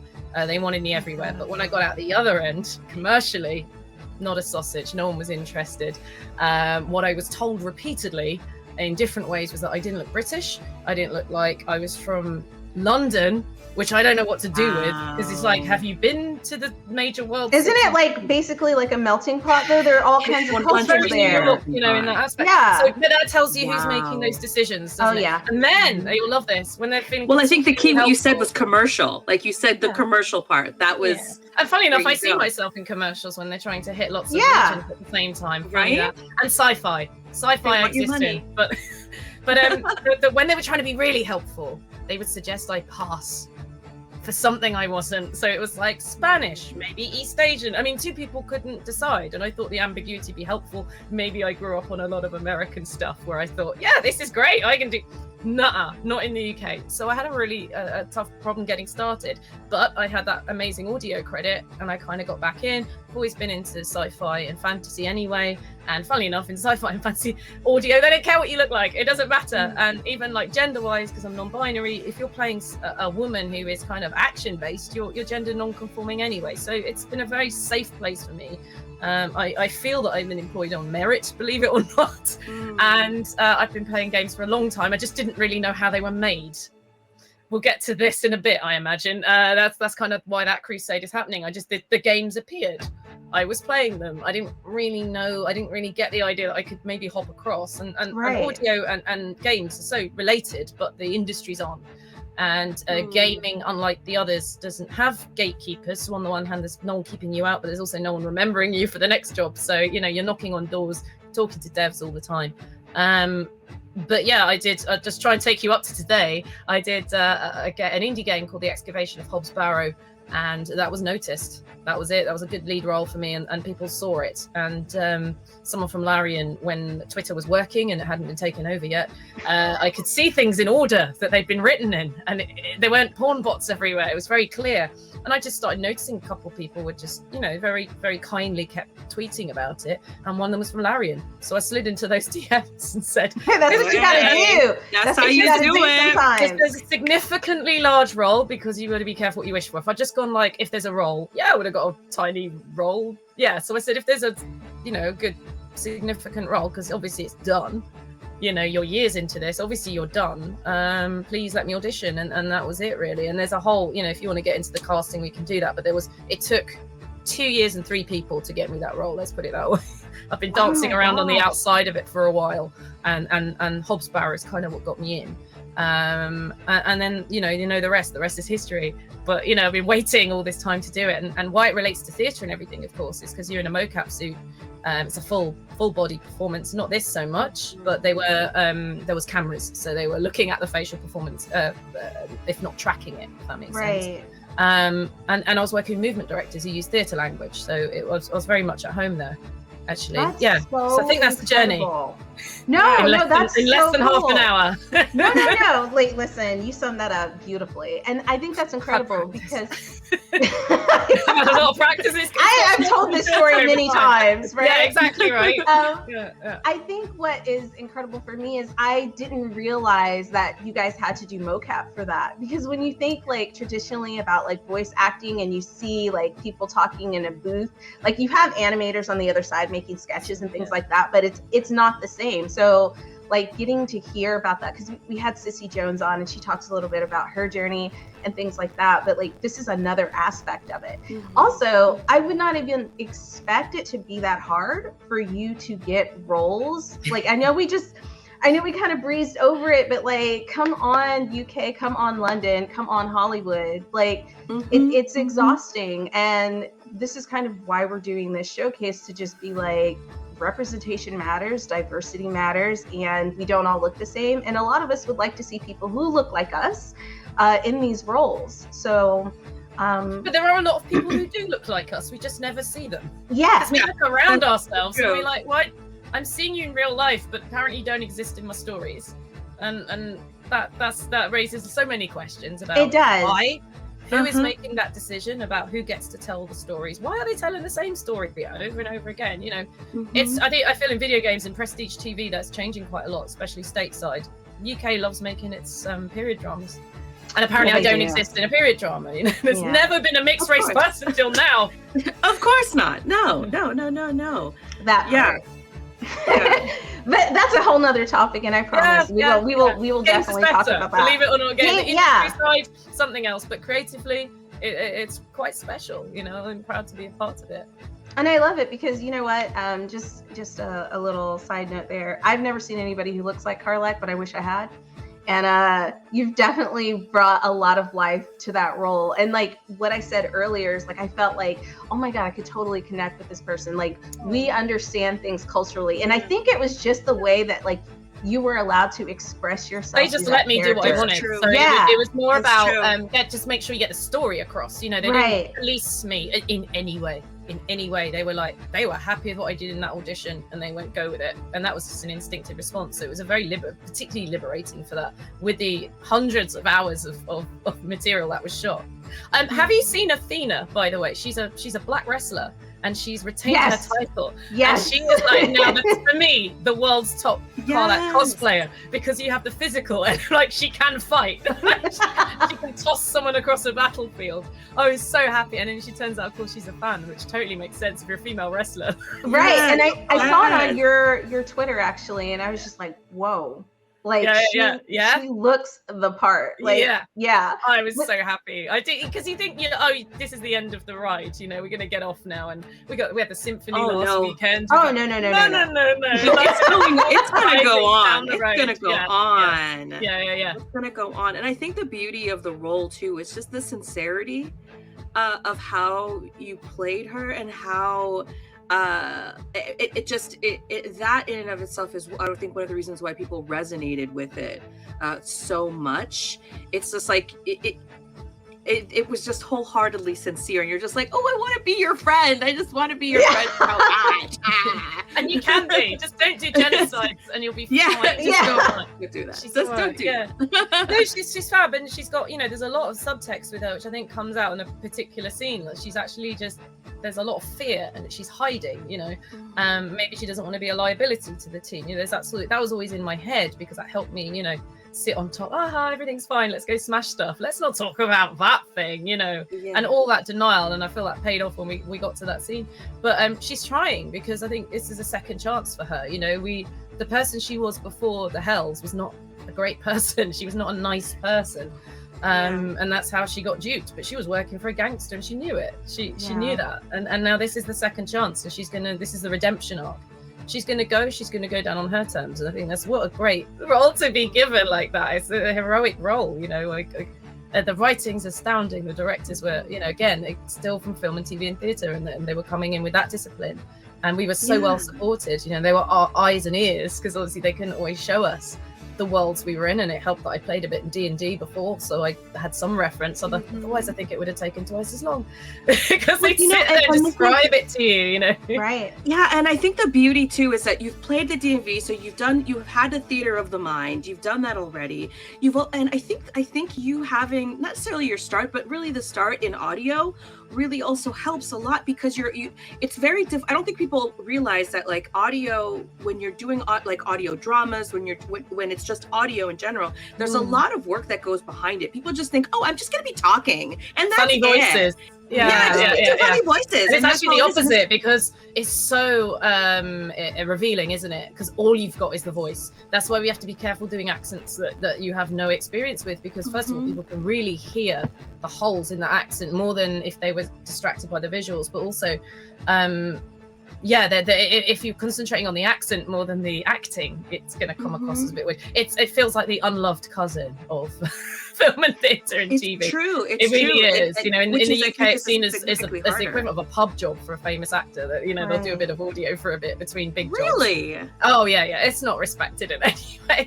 And again, the most liberating, I think, of them all. It's. I was talking to Emma Gregory on this show. That's my show, about all of this, and she has Shakespearean pedigree to a degree. I don't think anyone else on it does. Maybe Andrew Wincott a bit, but it's going to be Emma. And just had so much respect for audio. She's done a lot herself, and how much more it demands, because I guess so much of the work's invisible. Right. No, I think it's the theater of the mind, because it's the person that needs to fill in. It's the I've been listening. I've been listening to a lot of like audio, not just audio podcasts, but audio dramas. Yeah. These last couple of years that have just like they've become a lot more popular, and I'm happy for that. And so there's a very significant difference between where that people have been professionally like trained in the audio in audio acting and voice acting, to like folks who are like, let's just put together a show. Oh, yeah. And so anyway, it's just a testament of you, and it's a testament of like what your origins and where it came from, where you came from. Tracy Wiles and I met a few times over the years with an incredible director called Dirk Maggs, who's seen as a Steven Spielberg of audio, basically. And he adapts big sci-fi and fantasy things, and the big one for us was The Sandman, which we did for Audible. And that was one of those things where you just had to, like, if you're in the room, you can react, you're on, but it's so visual, isn't it? I mean, perfect for a comic book adaptation that they said couldn't be adapted, because your mind fills in all the blanks. Of course, you've got the sound effects and everything, but your mind does a lot of the work too. I think it's an incredible format. I think like after we were talking to Sissy, she also brought up the fact that like it's not just you going in, like you can't just go in, you need some training and some background, and you have a lot of people who think they can just jump into voice acting and talk, and it's become so rich. much more than that. And it's so much more than that. Like it is a skill, and I think people need to realize that. And you went to school for a long time, right, to like hone this skill, and you definitely can to be an all-rounder, not to be. I mean, I have so much respect for bona fide voice actors. I watched the interview with Sissy Jones, and she said she trained for 2 years. Now I haven't got that training, but I don't get asked to do 20 voices in a session. I'm certainly not a cartoon voice actor. I don't do commercials. I don't, there's things I don't do. But if you want me to act out of something, you hire me. That's what you get. That's what you get. And there's different levels to that, and that's totally okay, because you rocked it. Like you and I have so much respect for the voice actor, because they're athletes with this. I think they're incredible. But I'm not trained in that, and that's why I make the distinction, because I use a different set of skills and training for what I do. I love that. Okay, so I wanted to ask a couple of questions, and then I want you to talk a little bit about It Takes a Village, because you have your own podcast, which is really incredible. The one question I wanted to ask, and I'm sure like a lot of people want to know, what was the first video game that you ever played that like really got you into gaming? What, as a performer or as a gamer? No, just as a gamer. As a dames for games. Because I've been borrowing older brothers' controllers for a long time. I want to say Mortal Kombat 2. That was fun. Okay. Because Winner stayed on, so I practiced, and I was quite good, and then made boys cry, which is one of my favorite hobbies. To this day, it's very easy to make boys cry on the internet. There's nothing that some of them do but cry on the internet. But I'd say Ocarina of Time Okay. Just because there was this narrative, and I was, absorbed in a way that would make me a psychopath if I gave the same answer for Mortal Kombat 2. So I will say that it just had everything. I loved it so much. It really stayed with me. Yeah. No, I love that. That's a good game. I'm sure a lot of our audience will agree. So it's a good comfort game, It is a good comfort game. Yeah. It is. So tell us a little bit about It Takes a Village, because you've been doing some incredible things, and I've been dying to ask about all of that. So It Takes a Village is an interactive chat show on Twitch, and the reason we're visible is because I'm trying to make people who don't get their flowers visible, and that's pretty much everyone in the games industry. So I can take my pick. I've been going to socials for years. As I said, there's very few gatekeepers. In fact, there aren't really any. What it is a composer or a community manager might be the person that gets you the audition. In Larian's case, it's the head of publishing. It wasn't a casting director, it wasn't an agent. And we're doing the same. I can maybe get a composer a job if someone's having difficulties, also sound design, all of that. It's pure old school networking, and the nepotism hasn't come into this industry yet. It may do, but at the moment it's really nice. It's a really nice place to be.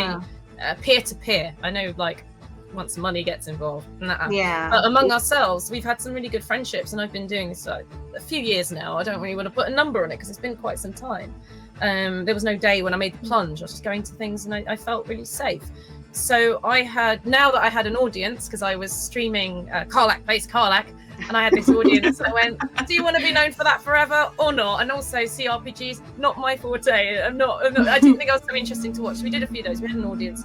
We got monetization. I turned that off, and I have a QR code on screen, and we have a charity every month. We try and theme it with some sort of world awareness event or something. But yeah, it's been really good. $14,000. We're almost at $15,000 for charities.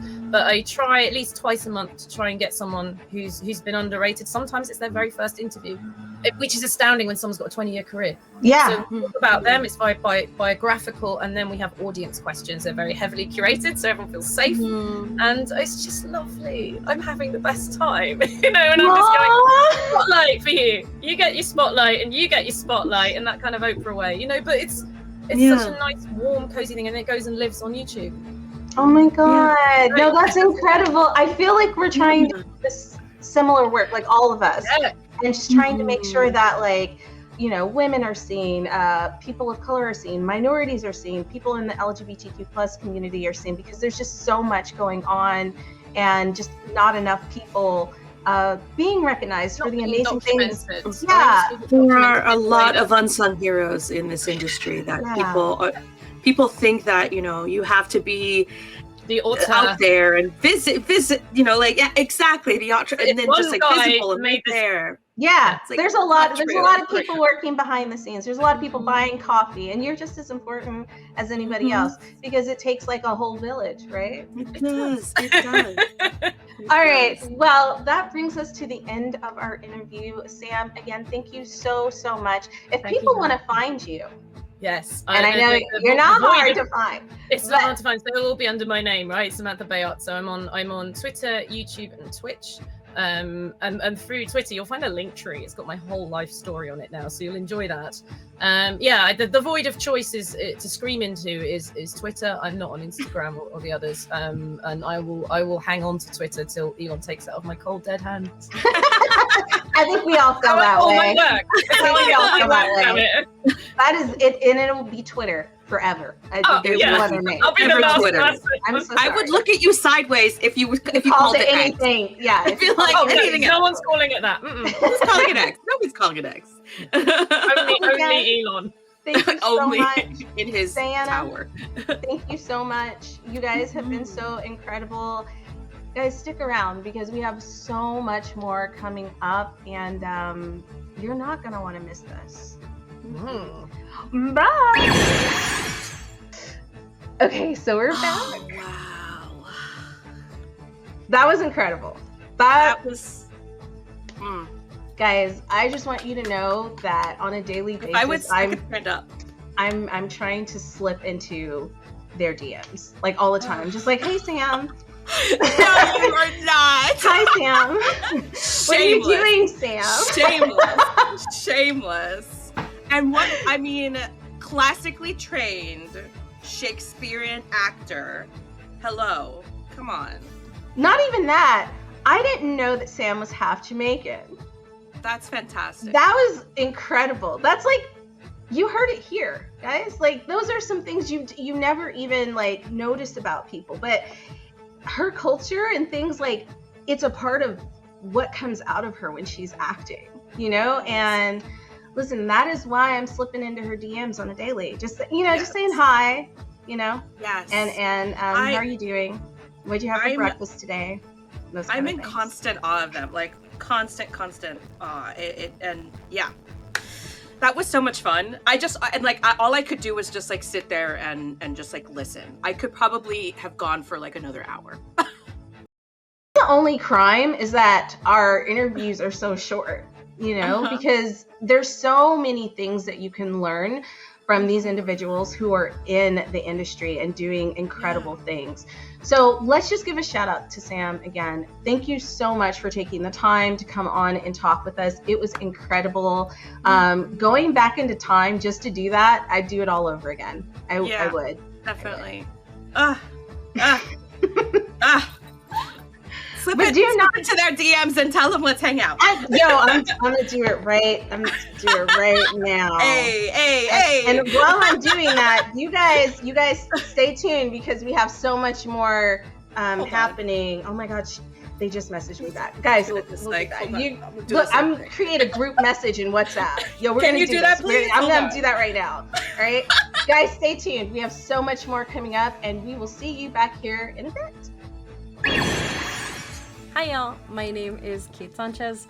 I have been in the industry for about 6 years as the editor-in-chief and site runner of ButWhyThough.net. I got into gaming because of a person named Lara Croft. My mom bought me a PlayStation and Tomb Raider 1 and Tomb Raider 2 when I was really young, and she became my gateway into the world of gaming and dynamic platforming, and I've been in love with it ever since. And I continue to work within the industry because I believe that gaming is one of the best ways to build community and connect with others, and also grow ourselves by playing new stories from new voices and diverse voices, as well as embracing and breaking all the boundaries that we think that gaming and its gameplay styles can be. If you want to know more about me, you can find me over on Twitter, Instagram, pretty much everything at OhMyMythRandier, and you can follow my work at ButWhyThough.net and all of our socials at ButWhyThoughPC. That being said, I want to say thank you for your continued support and stay tuned for what we have next, which is a group of video games with eccentric gameplay that do just what I said like 20 seconds ago, that push the bounds of what we think games can be.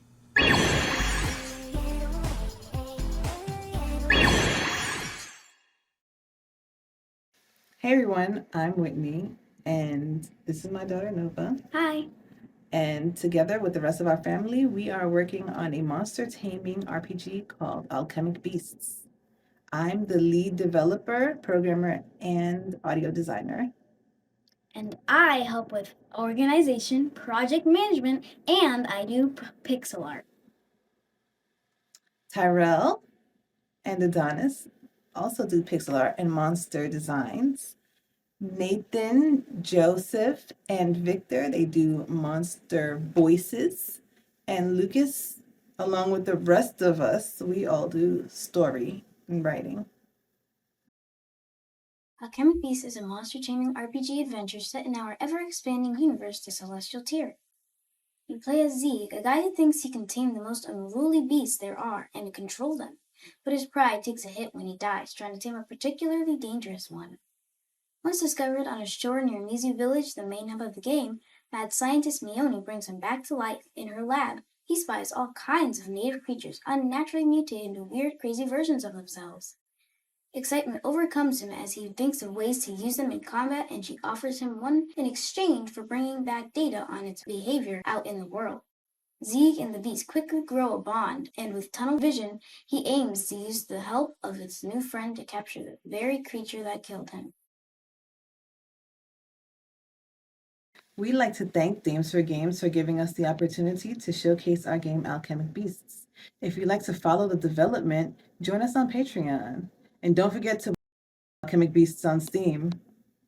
I am excited to be working with my family on my first game, Alchemic Beasts, and I'm hoping it's something the world will enjoy.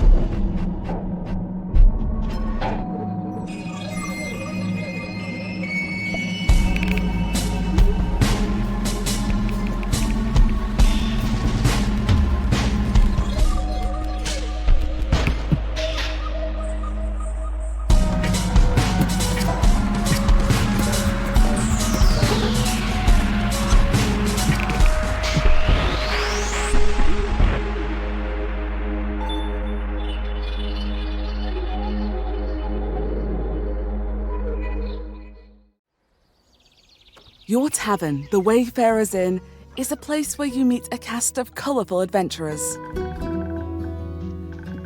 Mix magical drinks to help your patrons succeed on their quests.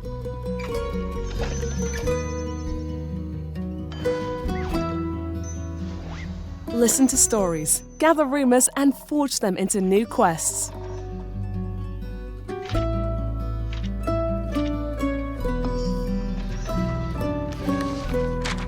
Explore the stories of more than 18 different characters that are visiting your tavern.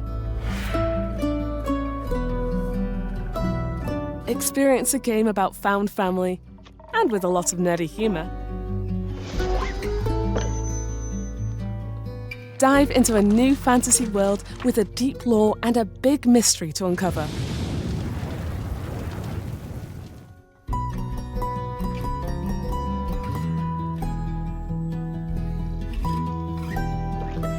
Don't forget to pet your dragon familiar. They're doing such an amazing job slapping up all your mistakes. Tavern Talk, coming this June.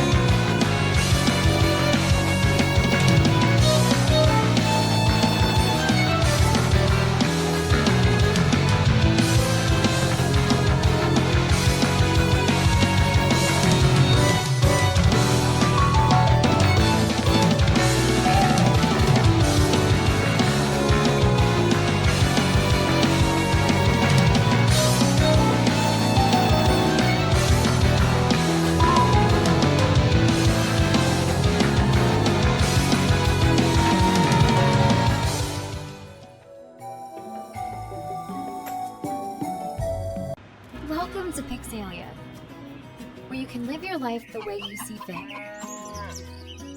Shape your Pixalien's life with many interesting activities, such as reading a book, cooking, or painting. There are many job opportunities for you to explore, from waiting tables, to playing on a basketball team, or getting your hands dirty in the kitchen. If none of this is for you, strut your way to stardom under the spotlights, or strum your sweet guitar songs on the street. You have complete control over how your Pixalien will look and how you want to decorate your space. With a variety of flooring, wallpaper, and furniture. The choice is yours.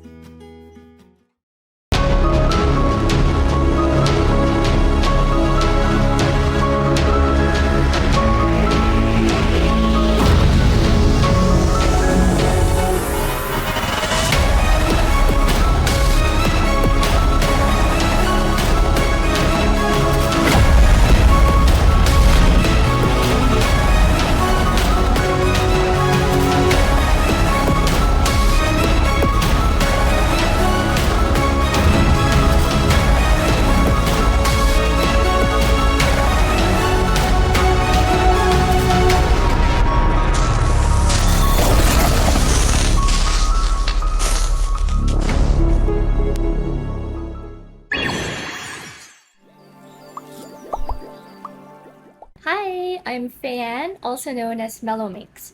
I'm an artist and solo game developer from the Philippines. I've been a professional artist for about 15 years now, mostly working on fabric and wallpaper prints, as well as my own small, slow fashion brand. As an artist, I love creating my own little worlds. And game development is kind of the perfect medium for this, where I can use coding to make my art come to life.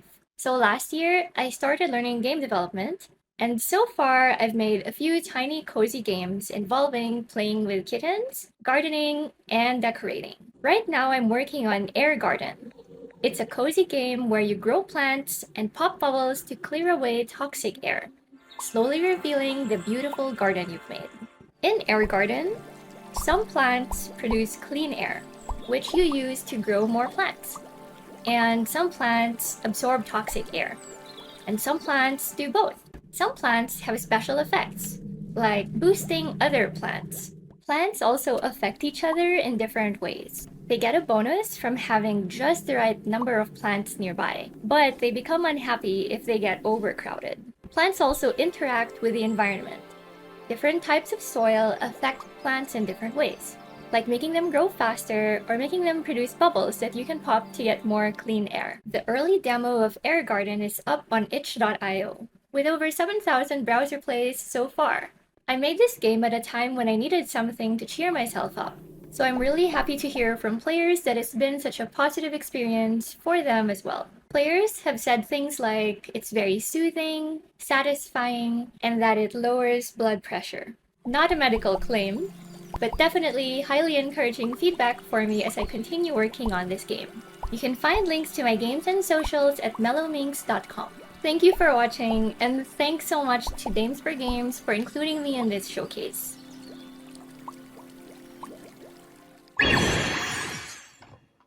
Oh, we're back. We're back. Sorry. Oh. So that time I was in the DMs with somebody completely different, so don't worry. I was in the DMs with our next guest who's coming up, Verda Maloney, who is incredible, has done so many things and continues to do so many things in the industry. Listen, she's my spirit animal. She doesn't realize that, but she is my spirit animal. I want to be just I like have her. admired Verda from afar for such a long time, so it is a great honor to have been able to speak to her. I'm really excited about that. So you guys, you don't even know, like, she's gonna drop some knowledge on y'all today, some knowledge bombs, and Open up those ear holes. Just listen, and be receptive of the messages, because it's so important, and she's gonna tell you why it's important. So stay tuned and check out this next interview with the amazing Verda.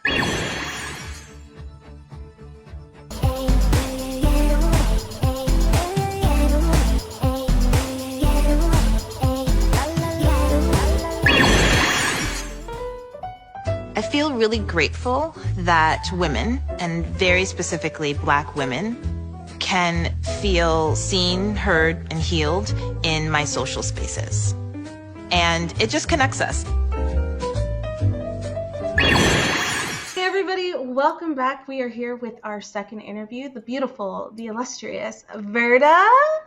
She's done so much in the game industry and just for women in general, and we are going to jump right into it as she talks about how she is going to be continuing and moving her journey forward. She has some news for us, and I'm pretty excited to jump into that. And she told us a little bit about it before, but we wanted to save it so you guys could hear about it. So Verda, please introduce yourself. Tell us a little bit about what you do and your plans for the future. My name is Verda Maloney, pronouns she, her, and my motto in life for those that have known me is that I'm all love with appropriate doses of rage. I love that. And it is, and I live at the intersection of love and rage. And so that is how I found myself co-founding the Gamers 4 years ago. And I think some of the things that people don't know is like being, I think, more prevalent, if you will, in the video game space. I've had a whole life and career around really just like liberatory practices, doing anti-racism work, anti-oppression work, doing education, like all of these things. And so where I find myself today is kind of this beautiful mashup of all of those things. And the other thing that I always share with people is, I don't know, I grew up not thinking you could be kind of what they call now a multi-hyphenate and just do a lot of things. Mm-hmm. And I'm the center of that, right? And so I've just been really fortunate to find people that have let me like kind of be myself as I figure out this path on the journey, which has led me here to this wonderful conversation today. No, that's pretty incredible. And I never really thought about that, right? Because I think like growing up, we're kind of in the same kind of generation. Like you get that one job and that's your career for your life and then you retire from it. But things have changed so much. And I feel like we as women and women of color have to continue to fight for our place in spaces to be seen, heard, and respected, which is why we have the Game Hers, which is why we have Dames for Games and all these other platforms. One of my questions is that as you're moving forward and you've started Game Hers, it's been incredible. You have, do you guys still have the app? I think you created an app and I got to be on the, I got to test that out and be on the beta. I'm really shy, so I didn't talk as much as I should have. But that was really incredible. Tell me some of the things that you have planned for the future, because I know if the Verda I know has anything going on, you've got some big things going on. I think that's awesome. I think that the funny thing about that is like I never think they're super big, so I just kind of I try to just honestly just live in my truth and also find spaces that are going to honor that. And so I think when you're doing that, and I try to be like ever present, I think it's one thing to think about the past, to think about the future, but to be ever present. And so for me, the company I started called 45 Lemons about 7 years ago, officially, with my best friend in this universe and all others. We met, first day freshman year of college, and we've been together since. Wow, I love that. Black woman who's like, she's from Ghana, and we just really clicked and connected a lot over this experience of I'm first gen, so my family is not from the US. And so she was born in Ghana and came here at a young age, and we kind of really bonded over that. And I think that story is important because as women, as Black women, finding spaces where we can feel a certain level of like camaraderie with others, where we can have conversations that we don't have to have, if you know what I mean. Mm-hmm. You're in a space and you can like see something go down, you just give each other that look, and you're like, okay. It's the look. Right? That's all it takes. Totally get it. We get with each other what we mean. And so for me, I am wanting to create more of those spaces where we can be together as Black people, as Black women, as Black, Indigenous, and folks of color, having these conversations about like kind of getting it. And particularly right now within, I think, gaming, tech, and all of the other worlds. And so my goal is to, one, help create and craft and share our stories in ways that are going to propel us forward. And that's where I'm kind of future thinking. I think that too often we get left in either the present moment or the past as women and as Black folks, even though we are literally the future. Like, I almost think like everyone is trying to be us or be like us or do what we do just by showing up. But while we're in that moment, it kind of doesn't feel like that until we're like, 7 steps ahead. And it's like, oh, now you like, my body is like the body that you want or that you want. But when I was living in it, y'all were like not trying to check for me. So I think it's one, like sharing and talking about those stories. I think it's also as women in spaces that are typically male dominated, it's for me about not trying to become the beast that we intend to slay. Not trying to, because that's how we see it going. And so when you start a company, you start a new studio, you start a new this, there are some moments where I see us as women perpetuating the same oppressive states and ways of being that we were trying to escape. And so I want to create spaces and conversations where different industries, but we can come together and talk about how do we just not do that? Like, we just really have to stop. And I think it's going beyond just the basic conversation of diversity, equity, and inclusion. I'm moving into what does it mean to create liberatory spaces where we can be liberated and free, lean into the joy that exists around being a Black woman, and at the same time acknowledging existing.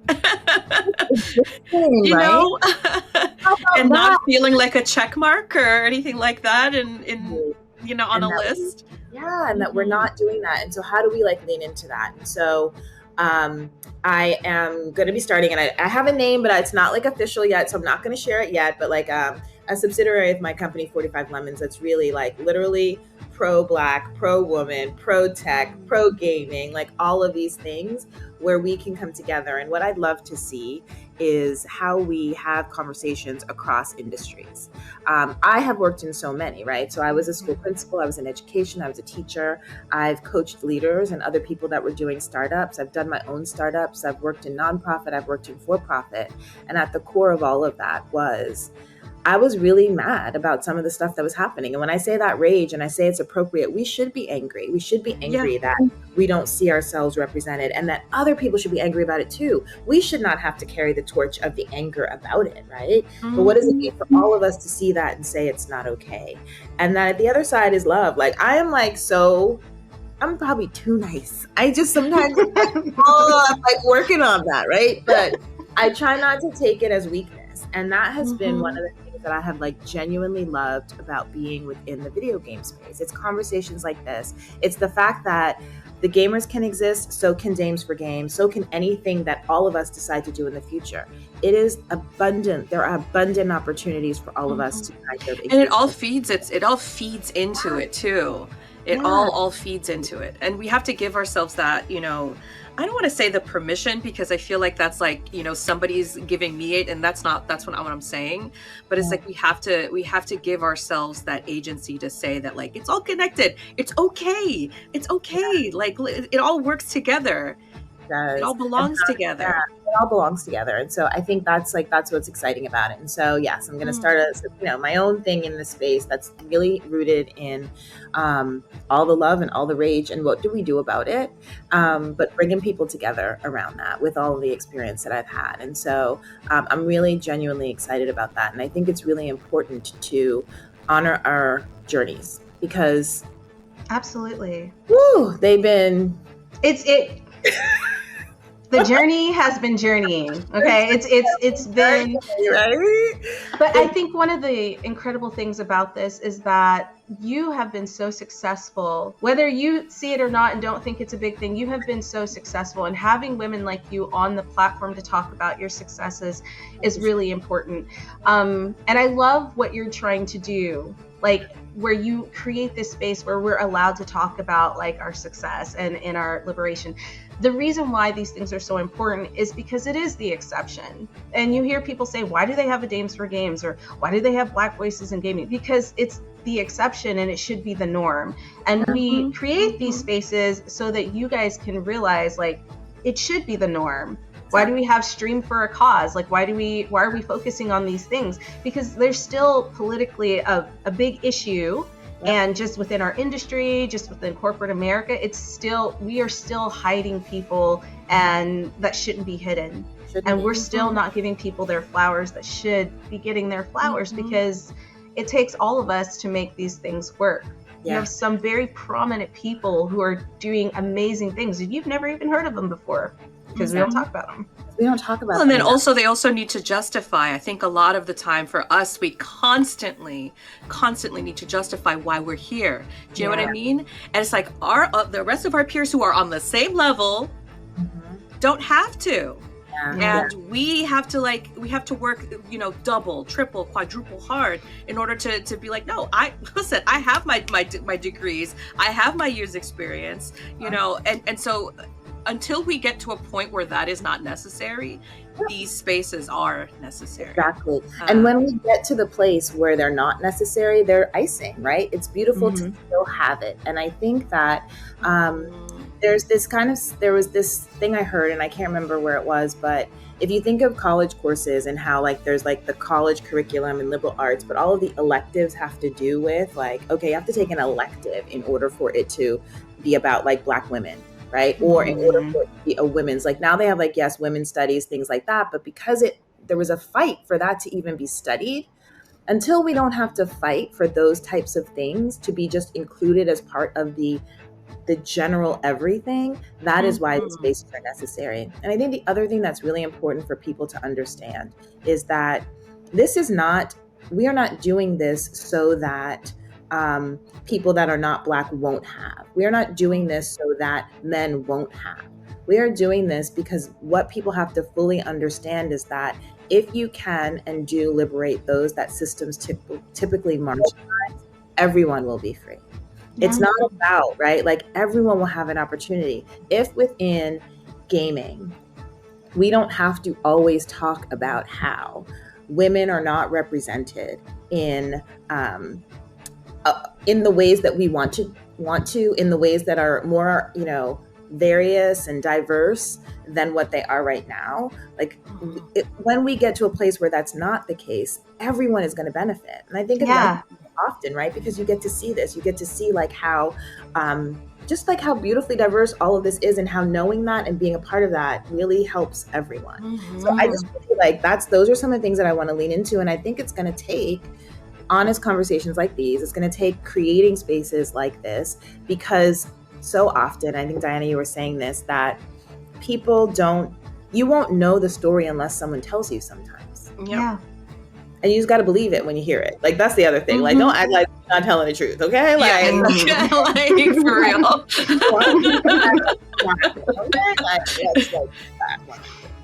No, that's incredible. And people just, you guys, you got to listen. You have to listen. Diversity is so beautiful. It is. Do you know what I'm saying? Look at all the shades that we have on the screen right now. Diversity is so beautiful. Look at all of the incredible women you're going to see in this showcase, doing their developer spotlights.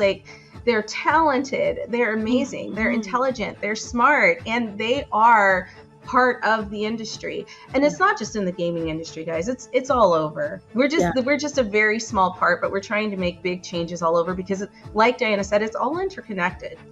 Yeah. All of it. You know what? And all of those women who are here, everyone who we're going to be seeing, that diversity deserves to be here. It deserves to be here, and it doesn't need to justify it. It deserves to be here.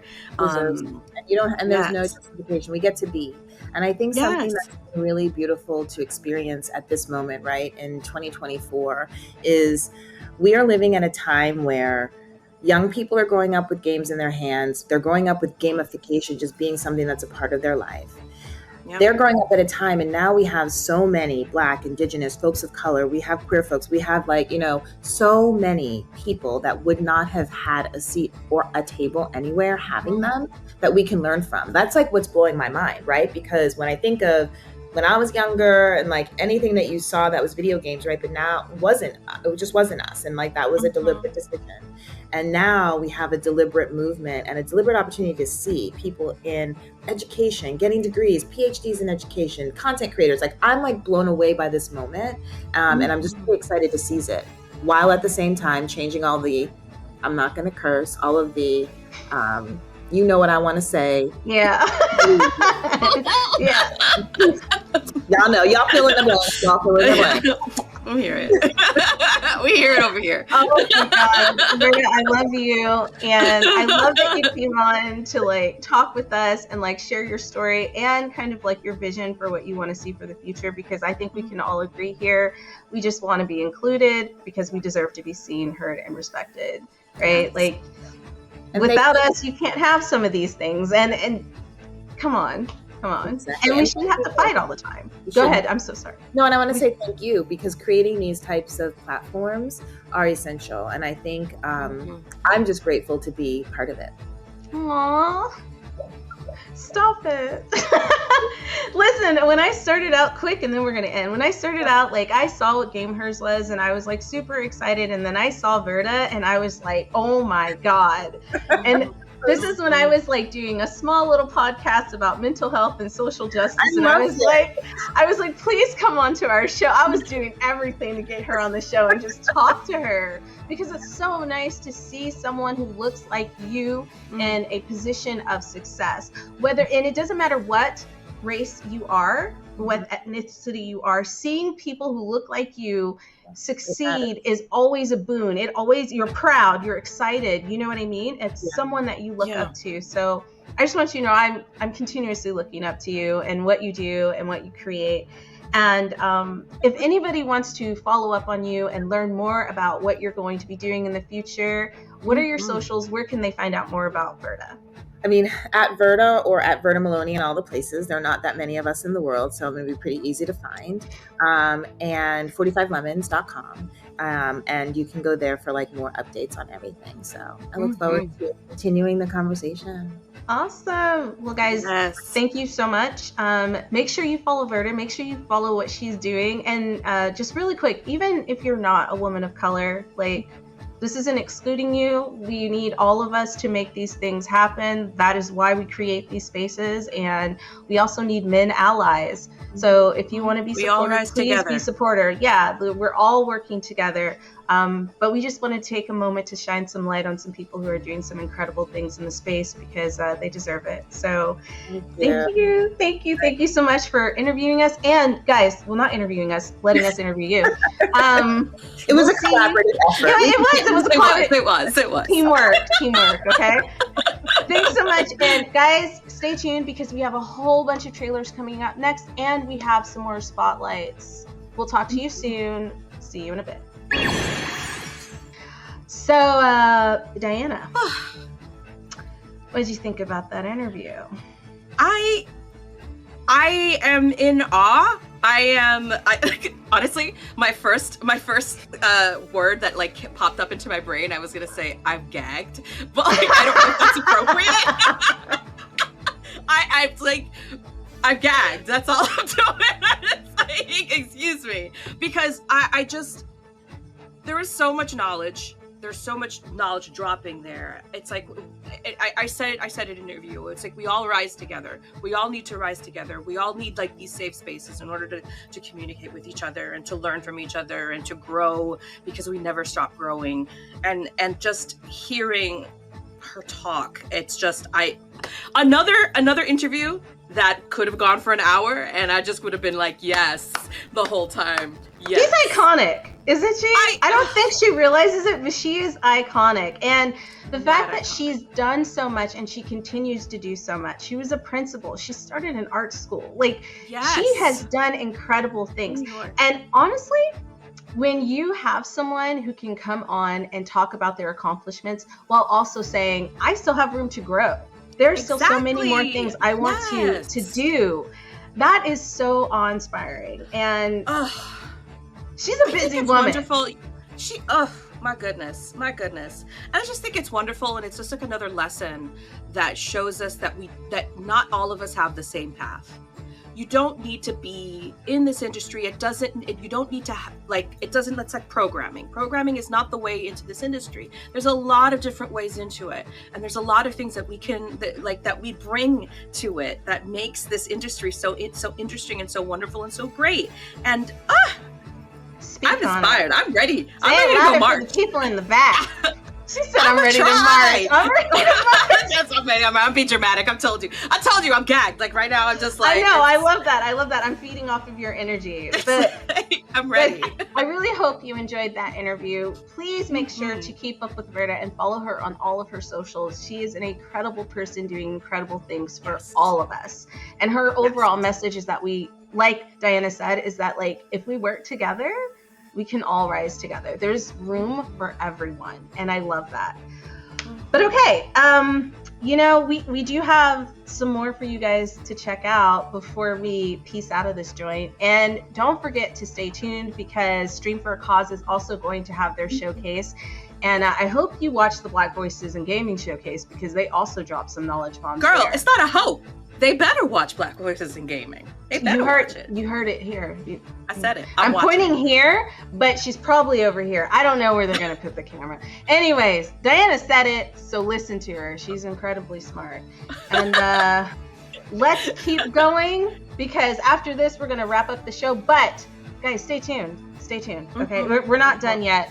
I might order some more taquitos, and I'm about to slip back up into some DMs. So. Oh, hold on a second. I forgot to create the group. I'm gonna do that right now. I promise. I'm gonna do You it cut right me now. out? No, I'm doing it right now. I'm doing it. Okay, all right. All right, guys. See you in a bit. Hi, I'm Leah at Mouthbottoms on all the socials, and I am a motion designer. I've been working in games for 4 years, but I've actually been doing motion design for over a decade at this point. As an only child with ADHD, I have spent so much time playing Harvest Moon on my GameCube that it's actually resulted in a real-life garden as an adult. So no one can say that I've never touched grass.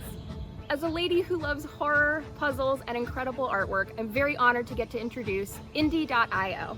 They've got a couple games coming out that are right up my alley, and I sure hope they're up yours too. Hi Games for Games, I'm Katie, Head of Marketing at Indie.io, formerly Freedom Games. I'm excited to be here today with two of my colleagues to talk to you about some of the upcoming games we're publishing. First up is Renaissance Kingdom Wars by Reverie World Studios. This game is a grand strategy RTS hybrid where players experience a unique blend of grand strategy on the world map and intense real-time battles on the ground. Lead your troops to victory and become a lord of a city as a reward, where you must manage the economy and carve a domain of your own. Next, we have Chronomon, developed by Stone Golem Studios. If you're a fan of monster tamers, farming sims, and pixel art, this game is tailor-made for you. Chronomon is a monster taming experience, but it incorporates beloved elements of simulation games such as farming, foraging, and cooking, creating a delightful blend of gameplay. Each playthrough is unique, thanks to branching storylines and choices that matter. Hi, I'm Victoria, the QA manager here at Indie.io, and I wanted to tell you guys about two games that are coming up, which I'm really excited for. The first one is Everhome, which is a cute little game where Lily tries to find her sister in this strange world with strange people. I just really love the art style, and I love Lily even more.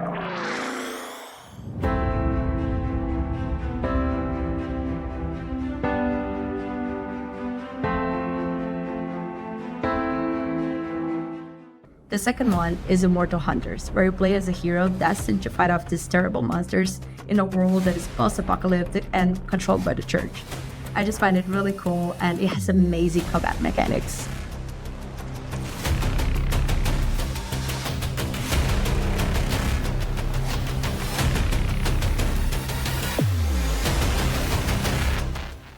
I just really hope you love them as much as I do.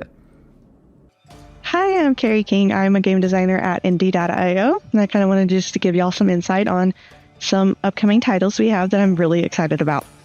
First is Hauntsville. It is a Western horror survival base building kind of game. You can do it alone or with friends, and just building up your homestead in the Wild West while dealing with the horrors that haunt you.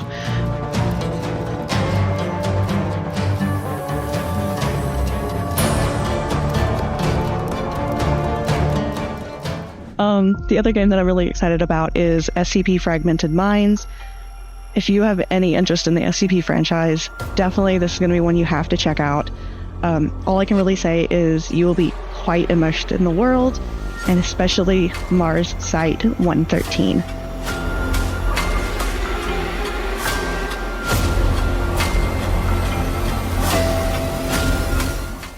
So definitely go check the games out on Steam and give them a wish list.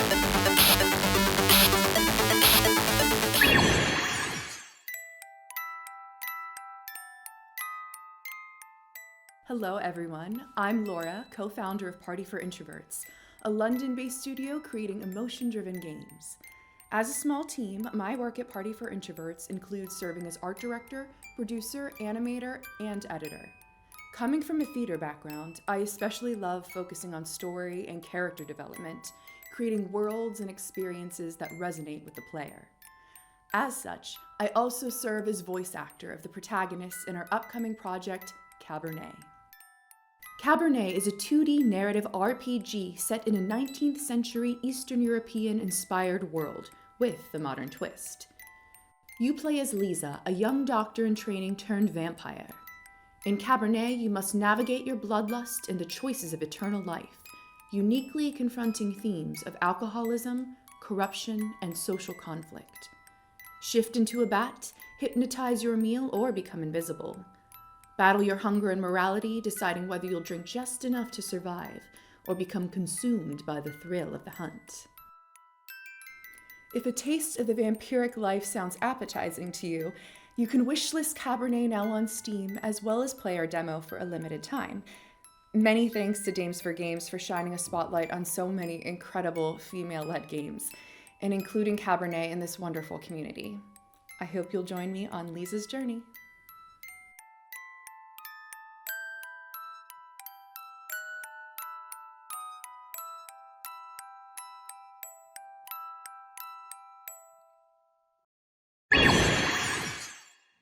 Hi Dames for Games, I'm Rita, a co-founder of Finchbird Studio as well as founder of Critical Reflex.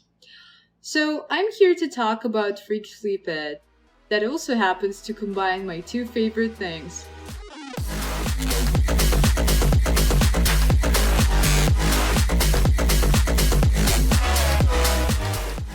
So back when I was very young, I was fond of animation and games, and here I am working on my dream project that combines anime and dungeon crawling.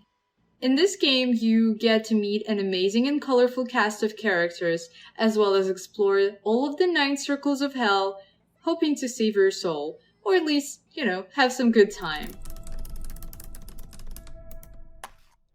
Surprisingly enough, despite how some characters might look like, it's a female-only team that's main goal is to really make sure that these characters are just like us, are just like girls in real life, and not something that is artificially created just to cater the dating audience. My narrative squad, my girls Anna, Yana, and Marie, are working every day to create all of those hundreds of story events that all of you will get to enjoy once the game is out. For the game, we have incorporated a lot of the rhythm-based mechanics to make sure that you're having a very fresh and fun experience.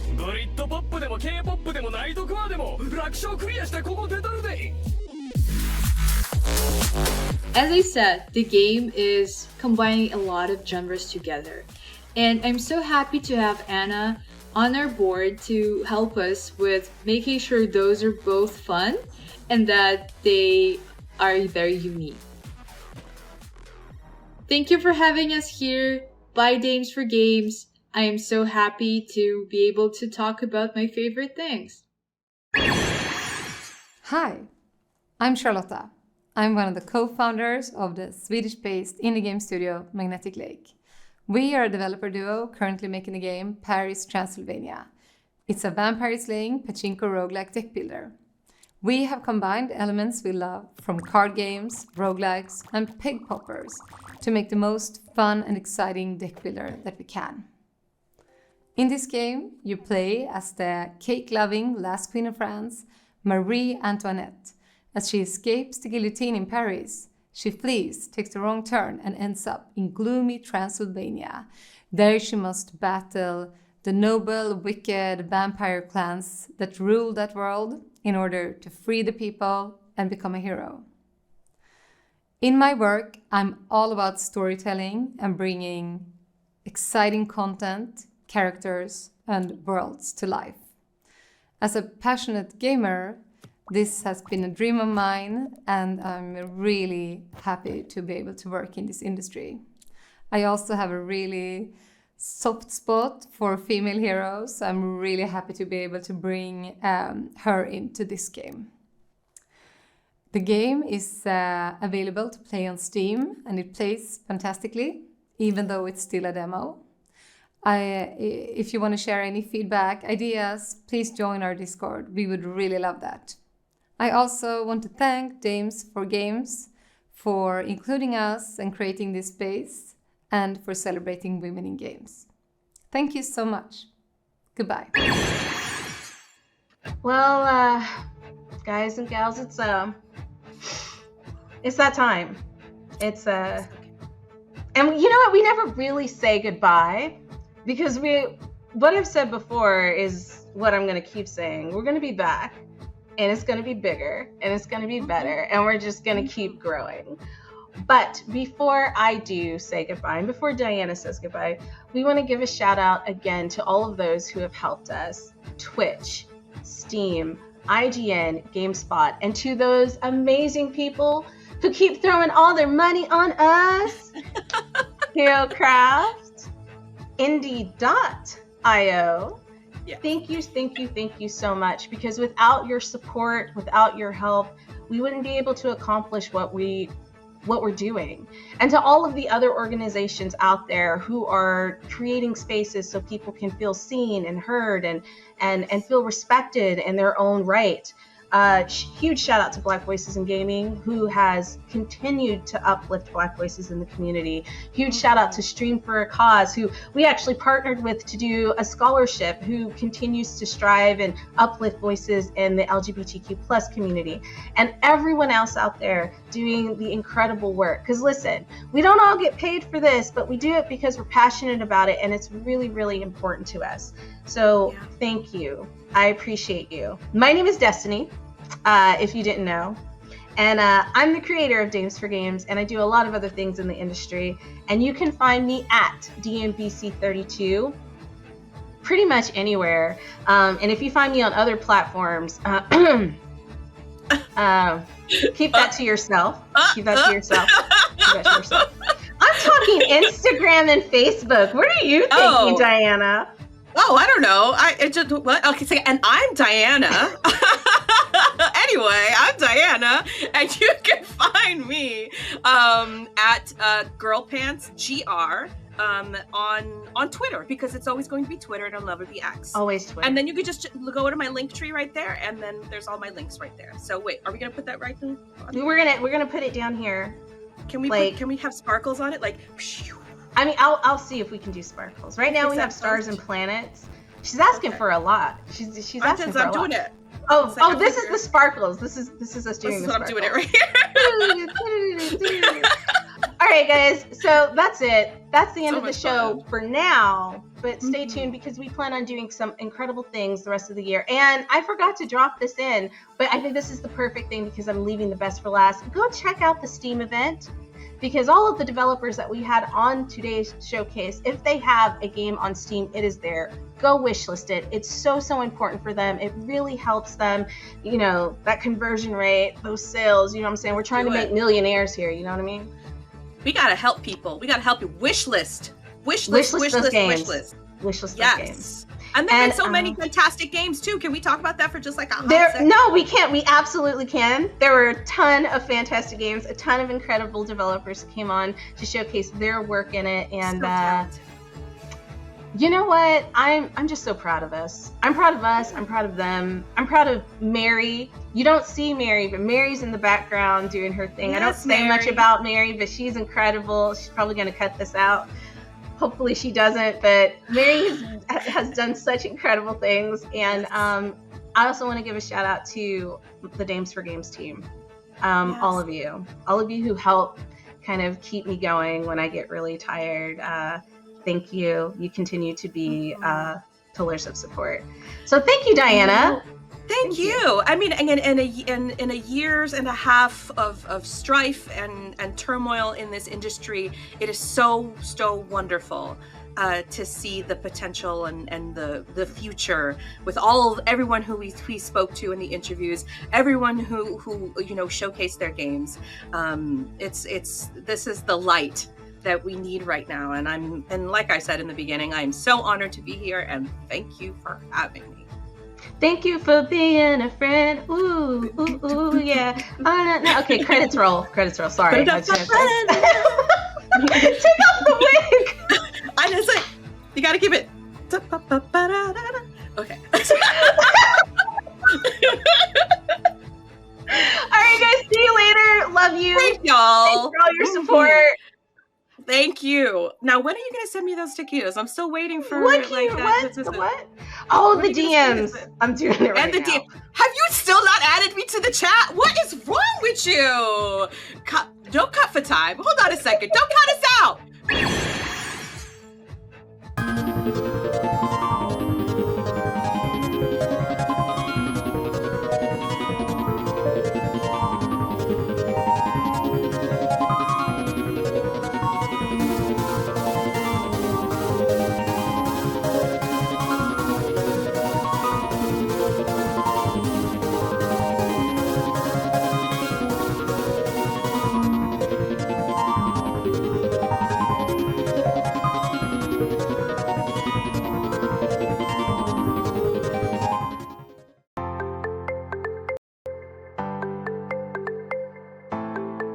I stream for a cause.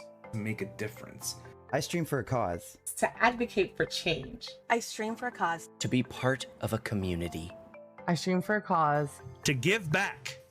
To give back. To give back.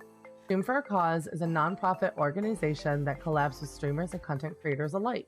We work together to fundraise in order to provide grants to local grassroots initiatives and nonprofits around the world. They also offer a sustainable future program that is designed to create a supportive environment for organizations to address their specific challenges with the end goal of organizational growth, resiliency, and sustainability. And it doesn't stop there. It doesn't stop there. It doesn't stop there. It doesn't stop there. Our fundraising campaigns like Paint the World Rainbow, Scream for a Cause, Indie Gamer Showcase, Safe Space Showcase, and community programs like Streamer Funds Program and Pixel Care allow us to continue to give back to organizations that align with causes that are important to us and our communities. We are proud to announce that 100% of the nonprofits we support are LGBTQIA2S+ friendly. Pixel Care is a program in collaboration with the Center for Suicide Awareness designed to help content creators and community managers with the skill to be mental health navigators by providing guidance for tough conversations, becoming an active listener, and connecting to the resources that are able to help. And the best part of Pixel Care is that it's free for content creators and their moderators. If this is your first fundraiser, or you've participated before, Stream for a Cause will help you with the tools that you need to succeed. please visit www.streamforcause.org for more information. So join the cause. So join the cause. Join the cause. So join the cause. Join the cause. Join us. Join Stream for a cause. Stream for a Cause.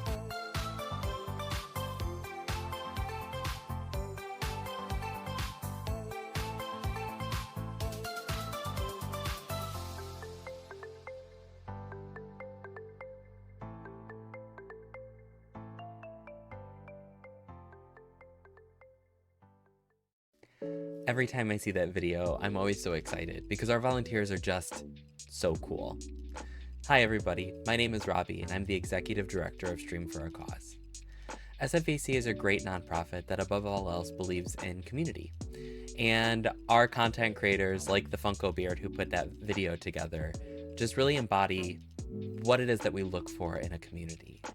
I think for all of us, community can mean a lot of different things, and the reason I'm so passionate about indie games is that they have such a wonderful way of grasping what community can mean to different people. This year, for our Queer Indie Game Showcase, we were given this amazing opportunity to appear here on IGN, and we are so grateful for that. And to really draw home what community and diversity means, we asked all of these different studios, why is diversity important to you? And so today we're going to be taking a look at all of these different studios coming together to answer that question, show us diversity live and in person with their clips, their trailers, their games, and their values. So without drawing it out too much longer, let's have a moment to hear from Mooncube Games. Hello, I'm Keith, one of the co-founders and art director of Mooncube Games. We're a 3-person indie studio from Montreal, Canada. Our first title, Spirit City Lo-Fi Sessions, just released April of this year.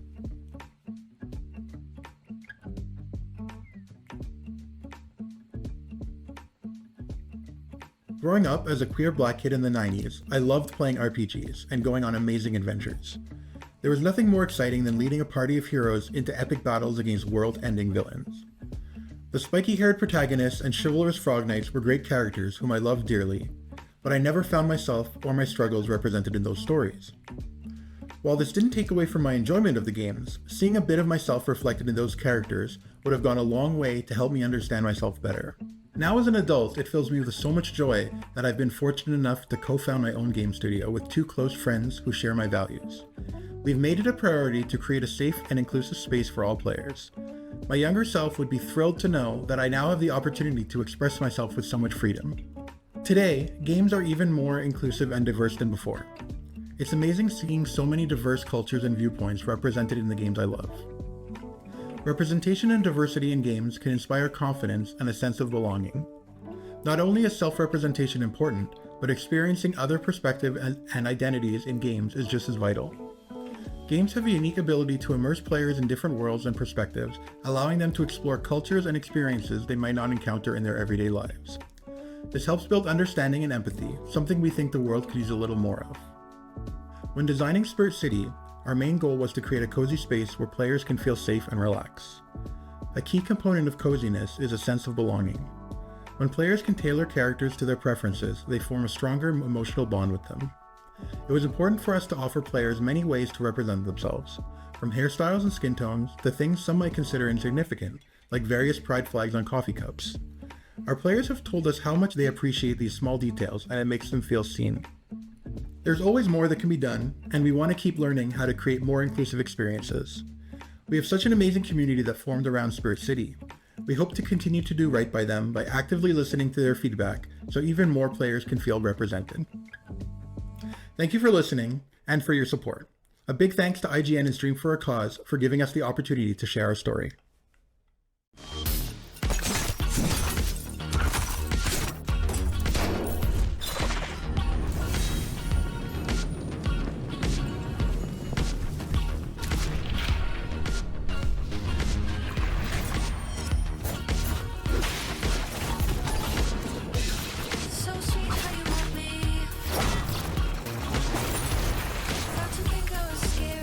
Oh, well, hello, you two.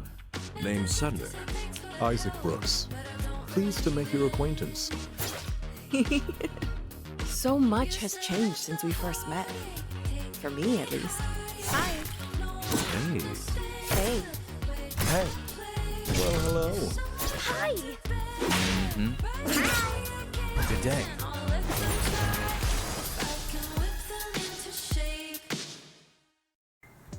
Hi, my name's Alejandro and I'm the board secretary of Stream for a Cause. I wanted to take some time to talk to you all today about something that's really key to Stream for a Cause's mission, and that's representation.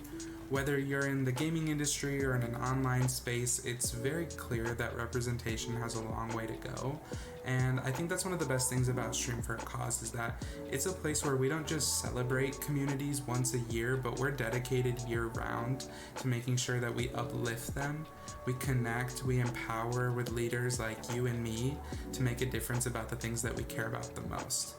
Understanding that Stream for a Cause is really dedicated to working with small and grassroots nonprofits is very important, but the same thing goes for our people. We don't care how many followers somebody has, we're just interested in people who are ready to make a difference. If you're somebody who cares about making our world better, there's not just a place for you at SFAC, but an entire community and a commitment to doing what we love for a cause. Now let's look at some more games.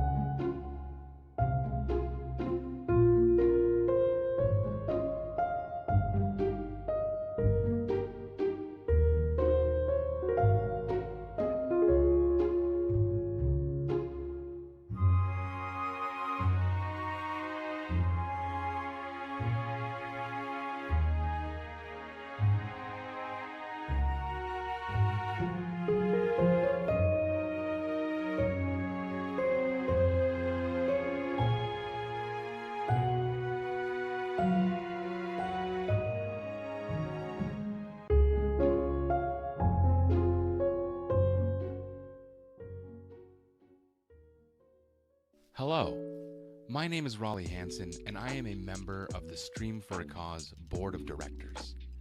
On behalf of all of Stream for a Cause, I'd like to take a moment to thank all of the indie studios and developers that have worked and supported Stream for a Cause, our events, and our volunteers over the past 4 years.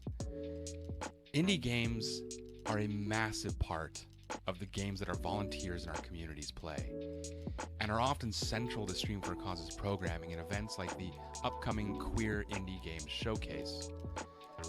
The support from indie developers and studios helps make our events accessible to everyone who wants to participate, whether by donating game codes, uplifting voices, or generally elevating the work that we're capable of doing, including providing support for our Community Fund program, our Sustainable Futures coaching program, our Pixel Care mental health support program, and by providing direct streamer support for our volunteers.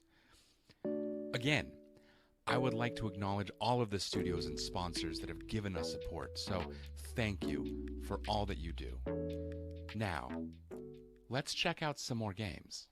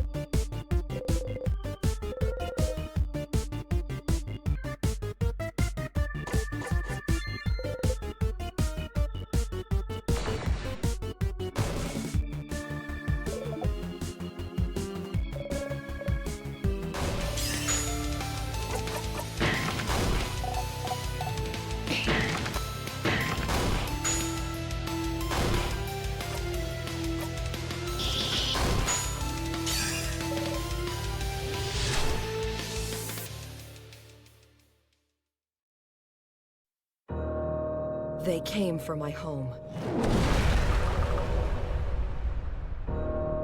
They came for my friends. They came for my family.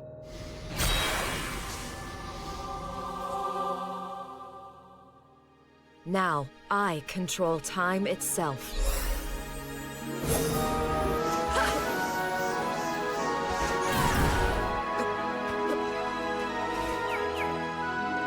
I will use this power to change history, no matter what the cost. The Empire has taken everything I love. I will destroy them all.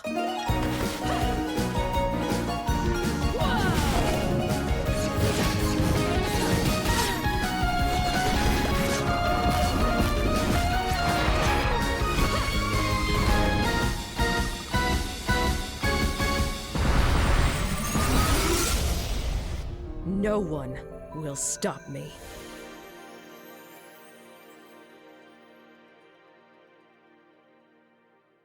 It's been awesome to have Logitech set these spaces for us to be able to have these conversations in these really brilliant and profound ways, and we want. So Streamlabs is joined together with the Asian Mental Health Collective, which I feel like is such a beautiful mash of those two things. Logitech, thank you so much for creating the space for all of us to talk about these important issues and the things that drive us and really keep us going in this space. This year, AET returns with over $30,000 in cash and prizes up for grabs. Diversity in gaming matters. It's not just about representation, it's about fostering a sense of belonging. Inclusive games empower people with disabilities, combat social isolation, and enhance cognitive skills.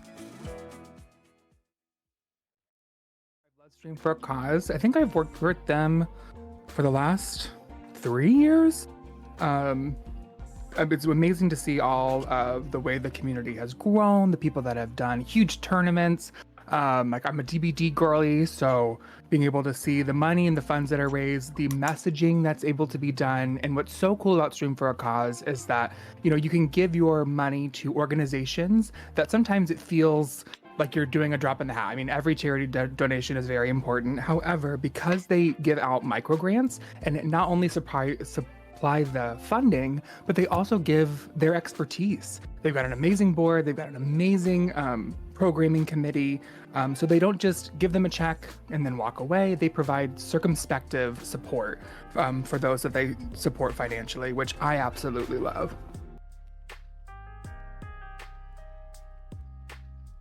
Right away, here's California Reaper. It's supposedly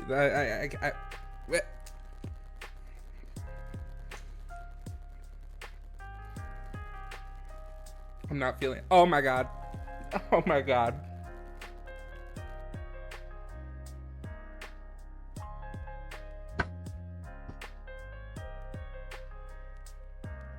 Why am I things? What? Oh!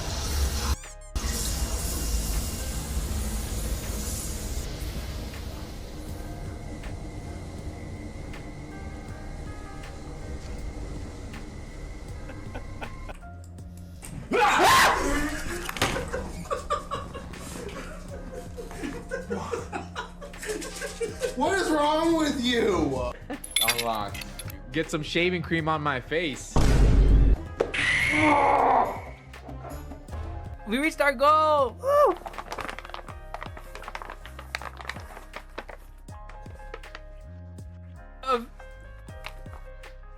Three. That was so hard! Oh my god! What is that thing? I'm not eating another marshmallow. I feel pretty. Oh, so pretty. She's gorgeous. Well, it's for charity. So, that's for charity. Oh, hello. Hi, Gay. God, why do you talk? What? It was, excuse me? Hi, Gay. Happy Proud Month.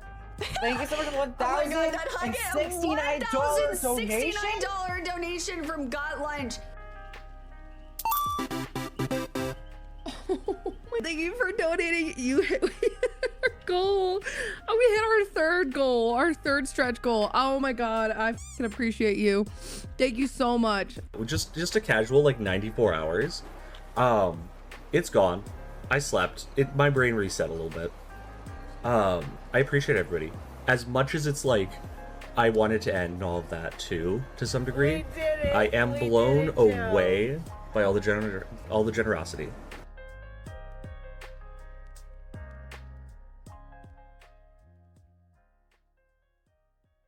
Hi, my name is Morgan from the Game Bakers. Hi, I'm Lauren from the Game Bakers. You may know us for our games Fury and Haven. Fury is an intense boss rush where you fight your way to freedom. In Haven, you play as a couple who left everything behind so they could be together. Our main focus is making games you remember long after playing. One of the ways we do that is by creating stories you have a strong emotional connection to.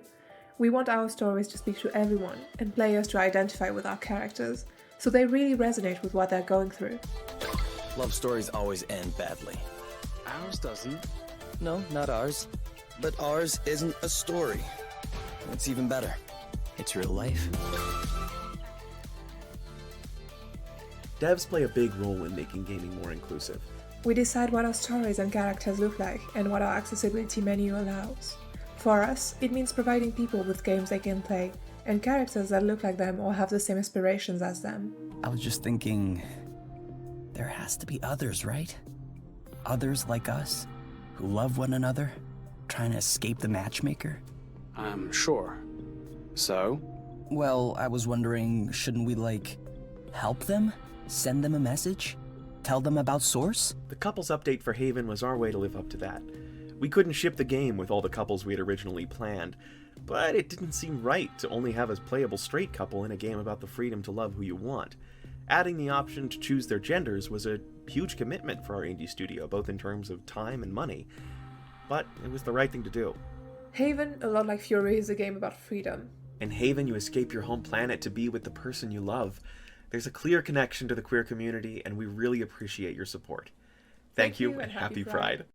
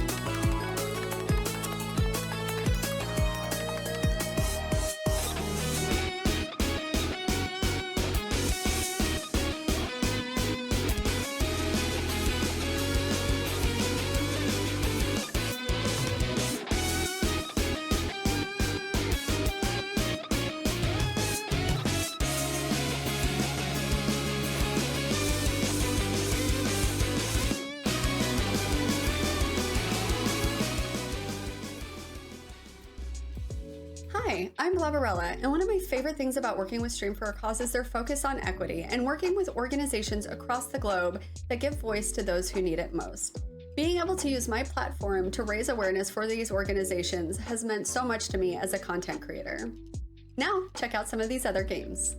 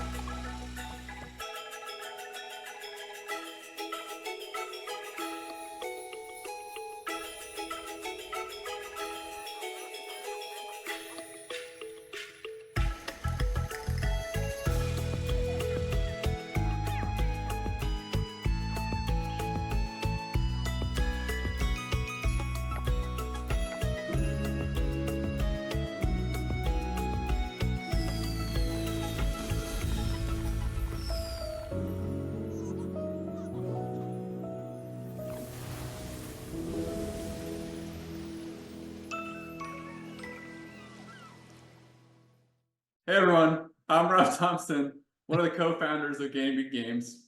We're a queer-led indie game studio focused on creating story-rich games.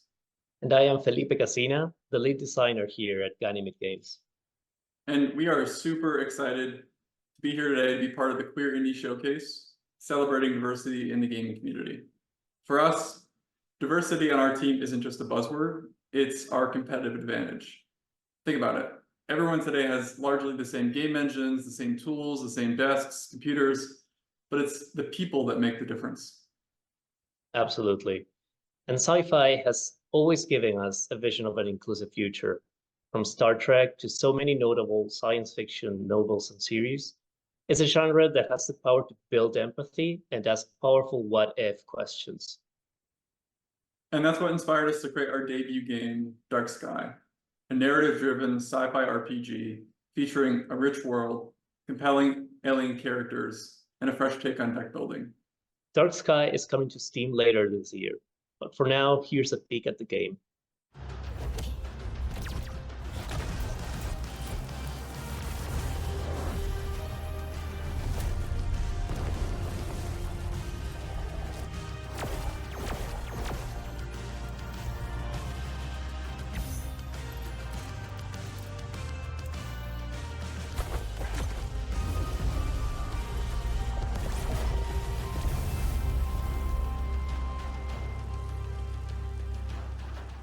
Big thanks to A Stream for the Cause and IGN for putting this event together.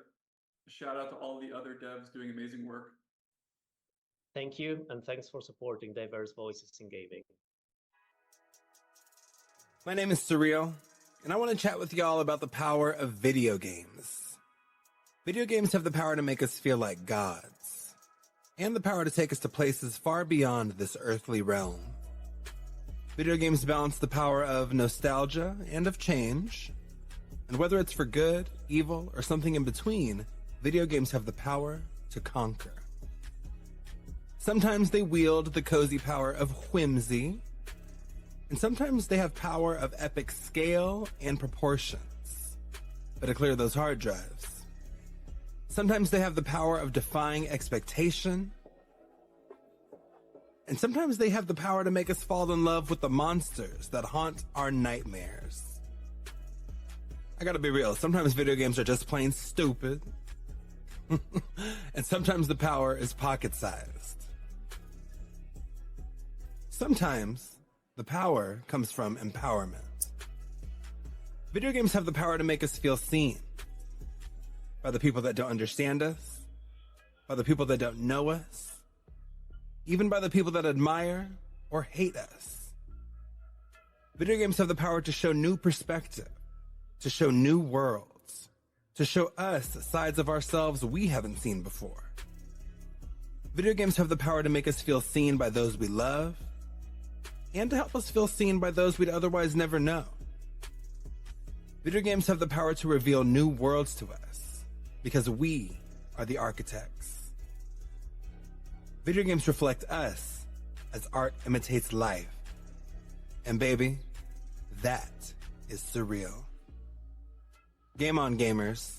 Happy Pride, and keep it real.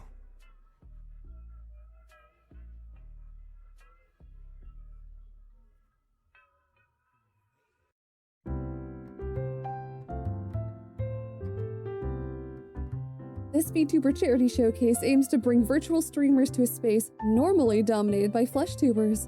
We want to show off their designs, lore, and bring them in on some events like game shows and a D&D one-shot so that you learn more about them. Each of these VTubers will be hosting their own personal events where they plan to do giveaways, let you interact with their streams, or earn rewards as part of a community, all to raise funds for amazing nonprofits to Stream for a Cause.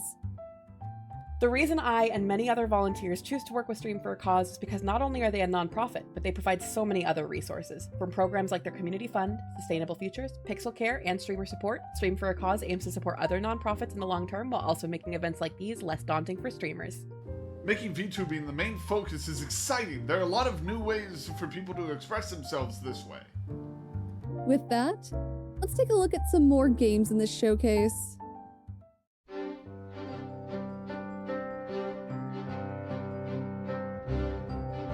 Tara, Hazel Wild's granddaughter. Nice to meet you.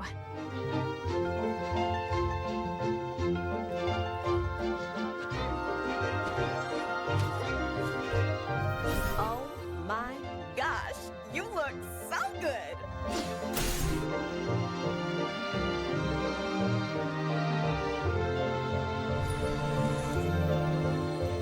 Do you believe in witches?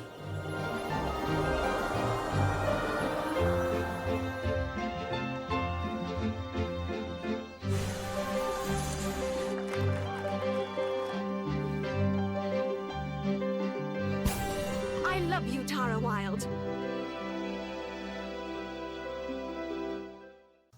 Hi there, Matthew White, CEO at Whitethorn Games. We couldn't be prouder of the diversity of games that we offer, but more importantly, the diverse experiences and lives of the creators that we partner with across the world enable us to bring you those kinds of diverse, interesting experiences. I'd love for you to take some time to listen a little bit to what they have to say. Why is inclusivity and representation important to me in the games I make? I want more people to see themselves represented in the games they play, to really identify with the characters and be inspired by storylines that resonate with them.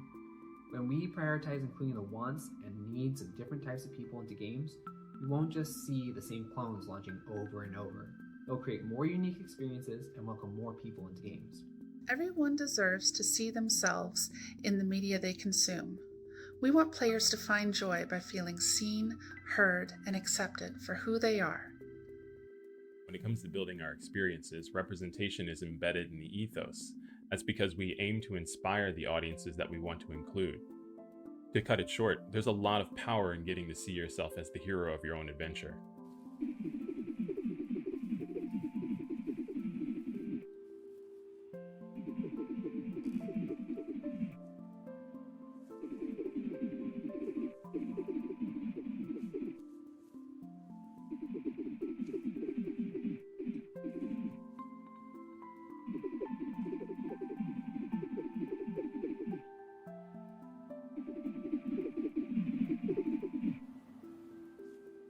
So as you look out into the world, you'll see all kinds of different people. And for us as developers, it's really important that we reflect those differences and celebrate them in our games. People can see themselves represented and feel welcome. Because after all, video games are for everyone. And that's something that's very central to our next indie game, Mythwrecked Ambrosia Island. Our mission as a company has always been to tell stories that people have never heard before. And one of the best ways to do that is to represent, uplift, and work with audiences that haven't been heard in the games industry. And that's one of the reasons that diversity, inclusion, and accessibility are so important to us. We'd love to give you a sneak peek at one of our games that's doing just that, Mythwrecked Ambrosia Island. Check it out. Hi, I'm Ellie Wood and I play Alex, the unlikely hero of Mythwrecked Ambrosia Island. Alex is taking a much-needed break from modern life when her vacation is cut short by a mysterious storm, which shipwrecks her on a forgotten island.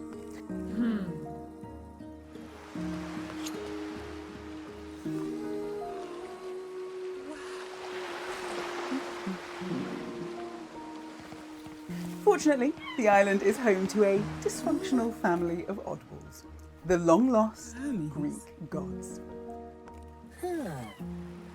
The plot thickens. They have no recollection of who they are, and they've each shut themselves away in a different part of the island. So, it's up to you to save the gods. Explore the island, make new friends, return their memories, and solve the mystery of their lost identities.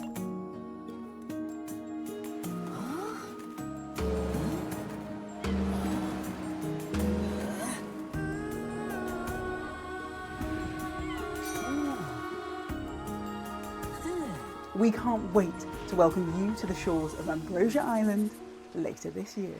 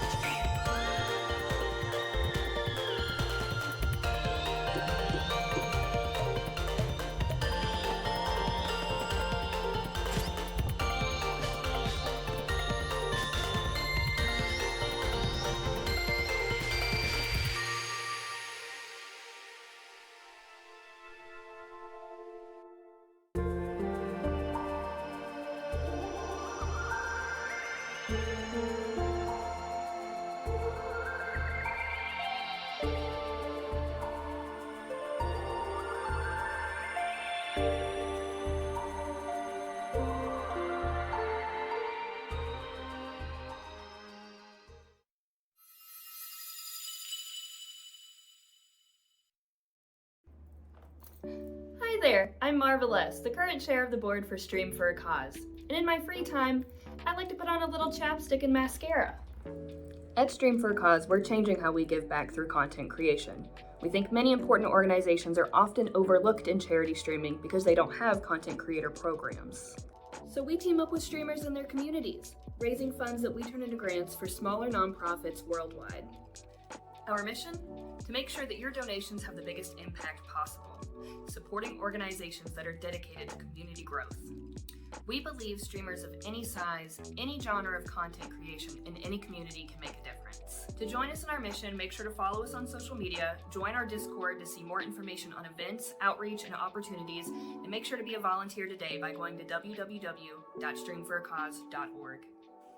A big thank you to our volunteers, sponsors, and donors. For your unwavering support is the backbone of our mission, to revolutionize charitable giving through content creation. Thanks to your generosity, we can continue empowering community-centered streamers and provide vital support for grassroots nonprofits worldwide, ensuring a brighter future for the communities they serve. Hi, I'm Richard Mansfield, he, him. I am the writer and director of Ink Inside. Ink Inside is a action RPG with dodgeball meets beat 'em up combat and the heart of a Saturday morning cartoon. Saturday morning cartoons aimed for kids. And a lot of kids are struggling with their identities and struggling with feeling like they can fit, struggling with feeling like confident or comfortable in who they are.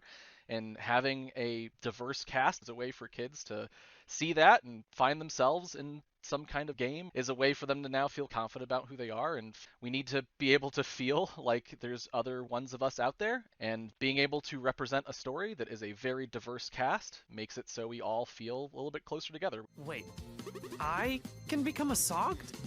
Yeah, you're just a drawing. And that's what happens when drawings get wet. They get soggy.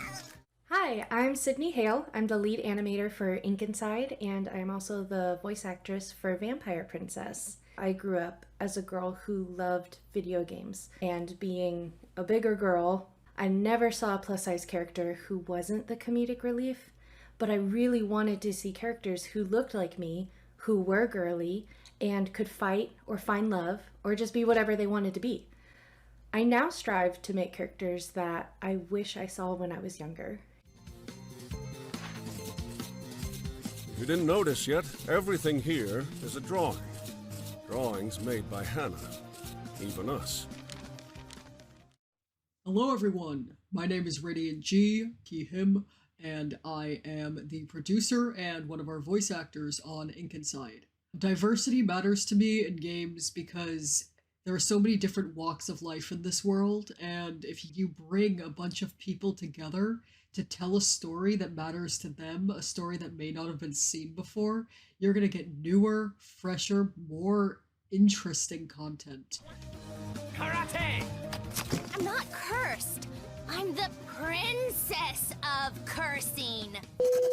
We also hired a full cast of recognizable VO talent, including Brian David Gilbert for Stick, who plays the lead, and Deneen Melody, who plays Traff. The way that Stick and Traff bounce off each other and work together is just a very interesting character dynamic. They both respect each other but challenge each other. It can be played single player, but Ink Inside is a co-op game. And then there's Hannah, who is the creator of the notebooks, and she's half Filipina, half white, like me. And I've never seen that in a game before. So it's very exciting to see that. Richard wrote an amazing story and included backgrounds and nuances that you don't often see in traditional media that we need to see more of. If Ink Inside interests you, please check us out on Steam and give us a wish list. You can also check out our socials at BlackfieldENT on Twitter and at Ink Inside Game on TikTok. He got the silliest dream they'd ever heard. They said he wanted to become a knight. The swordless knight that changed the fate of the kingdom for the rest of eternity. Adderson, the Beast Slayer! Was he actually doing cartwheels? I have high quality standards for my ancestors. Adderson, son of Gerfaza, the upper fields right here for you. All day, every day. I'm just your run-of-the-mill prairie buck, man. Whoa. For your information, everyone already thinks that Rose are thick-skulled. Jafif! There you are! Ugh, give me a break. You're many, many things, dear, but subtle is not one of them. I know an obsession when I see one. Alas, your fair maiden is in another alley. Boss! You're gonna end up giving someone a heart attack if you don't quit sneaking up on people like that, you know. He told me quite a bit about you, his beloved boss. You're lucky I can't have you arrested, you unruly little beast. Who are you again? It's Adderson of the upper field. How can a country boy with ambitions as great as yours go on living, knowing he can't aspire to more than his deplorable life? Farmhands don't become knights. And I guess the only question I've got left is this going anywhere at all? Do I have to say yes or no to get out of here alive? You have some excellent survival skills, if nothing else. Hi everyone, my name is Riley, or The Glitch Gamer. I am the creator of the Indie Showcasers. We are currently doing our Queer Indie Game Showcase where we are celebrating queer-made or queer-themed indie games. We have a week-long event going from June 9th through the 15th.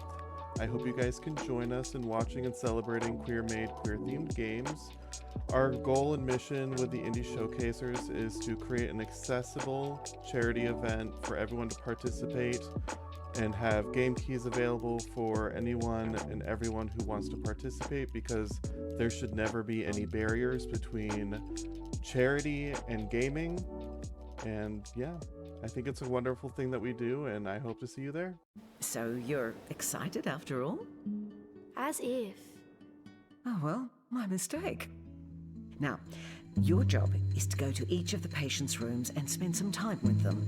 Got that? Yep. The name's Esther. What's yours? Casey. Casey. Very original. Now, if you'll excuse me, I've got to go solve a mystery about a goat. Is this you? Oh yes, that's me. And the family. Would you like some company? Of course.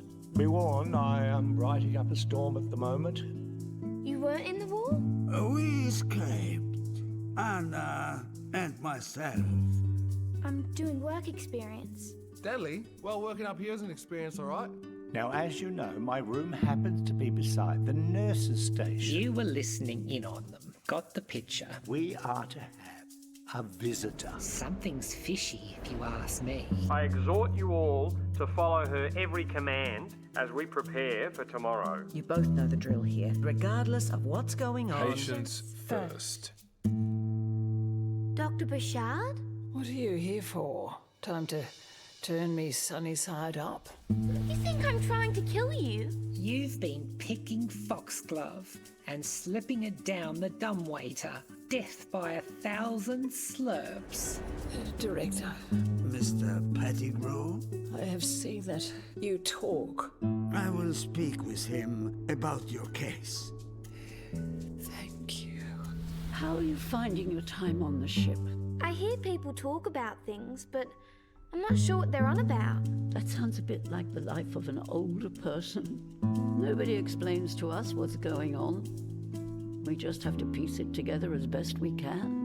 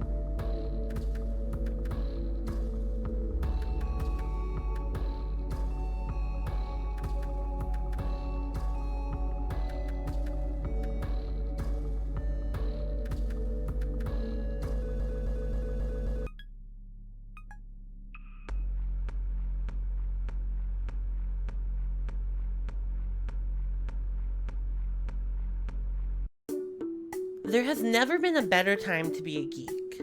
A common phrase I hear whenever I'm in the discussion of geekdom and the changing times. From the meteoric rise of tabletop gaming to Marvel's Avengers Endgame, grossing nearly $2.8 billion globally, to almost everyone, from young children to adults to grandparents, all either having games on their phones or PC battle stations with hundreds of titles in their library. It really seems to me like everyone is a geek nowadays. But this wasn't always the case. Back in the early 90s and 2000s, geekiness and having hyperfixations on your favorite video games and shows and comics, or anything not made for the daytime audience, was seen as something to be ashamed of. If you were into computers or anime, you were weird. Gaming provided a safe space where you could be the hero, or part of a band of adventurers, and otherwise feel like you belonged. But while researching for this segment, I rewatched an old video by one of my favorite creators, MatPat, specifically his video, Game Theory, Are Video Games Anti-LGBT? In his video, while discussing the very famous Cloud cross-dressing scene from Final Fantasy VII, he also discovers a trend, a worrying trend, that video game characters who are cross-dressers or LGBT are often villains, mentally challenged, inhuman, or otherwise some other villainous combination. Geeks and gamers are often shunned and ostracized by their peers, and so I was thinking that these two groups would work together to kind of combat the prejudices. But no, in the early 2000s, like what MatPat was saying, LGBT characters in video games are often the villains or the bad guys, and to be seen as an other. And sure, some video game characters are well received, like Vivian in the Paper Mario A Thousand Year Door, or Street Fighter's Eagle, both a trans woman and a gay man respectively. But in their North American releases, they're censored. So it's kind of problematic. Why does diversity and representation matter to me in gaming? Like in all hobbies, we gravitate towards spaces where we feel like we're welcome, or where we feel safe. We want to spend our time with people who enjoy these things just like us. And despite games often being labeled as single player, I really feel like whenever we play games, we want to talk to each other about the things we're experiencing and share our experiences with our friends. And if a game depicts certain groups or certain people as villainous or otherwise not normal, that can seriously hurt and affect young people's perceptions of others and themselves. Think children and young people learning from these sources, whether it be their teachers, their parents, their peers, or the media. If the media is telling them that, hey, these video game characters and these gay video game characters are villains, then that can really distort the perception of these young people's minds. Bardic Quest for Love is a game that I hold very near and dear to my heart. I've been working on it for the past 4 years now, and I've learned many things, and I think I can finally answer that question. Representation matters to me because I want people to feel like they're welcome, that it's okay for them to be here, and that they aren't the villains or bad people for being who they are. Video games are such a powerful storytelling tool that I truly believe that video games really are for everyone.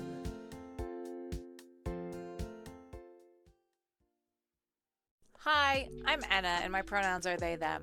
I'm a game developer, content creator, and a licensed animal nurse. I've worked on several LGBTQIA+ games, including First Bite and Arcade Spirits. I grew up playing video games, and while I cherish those memories, it wasn't until I played Horizon Zero Dawn that I truly felt represented by a character. Aloy, not only being a heroic femme character, had to deal with being bullied as a child and outcasted by her people. Her resilience and courage to never give up during those times truly touched my heart. Aloy's journey spoke to me so deeply that I cried. It was such a magical moment to me, and it filled me with such joy to feel seen in an industry that often overlooks the stories from marginalized people. I want everyone to get to experience that same feeling that I had and see themselves in the stories and the games that they play. This is just one of the many reasons why having representation in games is so important. Video games are for everyone, and everyone should be allowed to connect with those games on an emotional and personal level. As part of a team of like-minded game developers, having characters from different backgrounds, races, gender expression, and sexuality is second nature to us, because it reflects our own diverse team. And if our small indie team can help others see themselves in games, or can inspire other marginalized people to make games to tell their own stories, then that alone shows how important diversity and representation are. There are so many unique and different people out there in the world, and gaming should always reflect that, because, like my own story, it changed my entire experience with gaming for the better, and everyone deserves to feel that joy of belonging and validation through the games we play. You gonna need any help with that power cell hookup?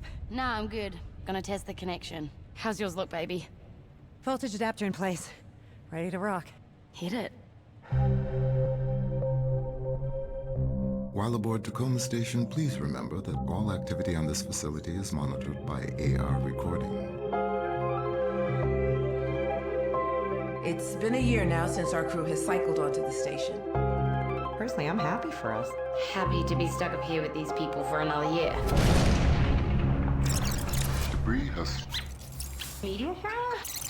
48 hours of breathable air. So we've got no air supply, no way to call for help. Minnie, I'm headed in. Need to figure out how to do everything we can to set this mission up for success. I can't do it. This is all crazy. We know it's not safe working up here. But BT could... BT's not coming. The clock is ticking. Odin, I'm freaking out. Close your eyes. We are the co-founders of Fulbright, and we hope that you'll enjoy finding out how Tacoma was made. I mean, isn't it strange? We've never felt the Earth's pull together. One day. One day.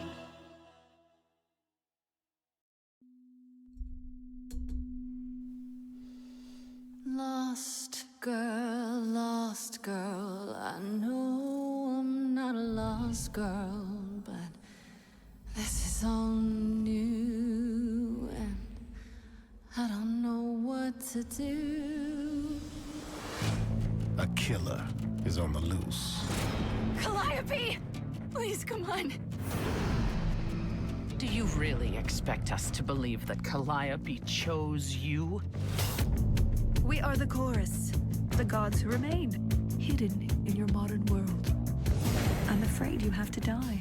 This isn't justice! I can prove myself. Everybody can feel the agony that's hidden there. Everybody can see the shallow grave we're digging here. Everybody, should we endure? Should we interfere? Everybody, should I be part of this or disappear? Everybody wants to see you fall in love. You can make us sing, but the song will always be ours.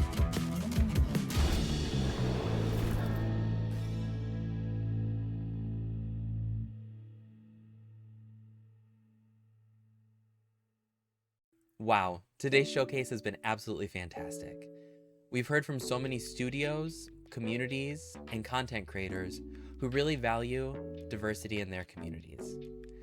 I want to give a huge shout out to IGN and thank them so much for allowing us to have this place in the showcase today. And I also want to thank all of the studios and participants who have made Stream for a Cause what it is. Truly, we would not be here without you.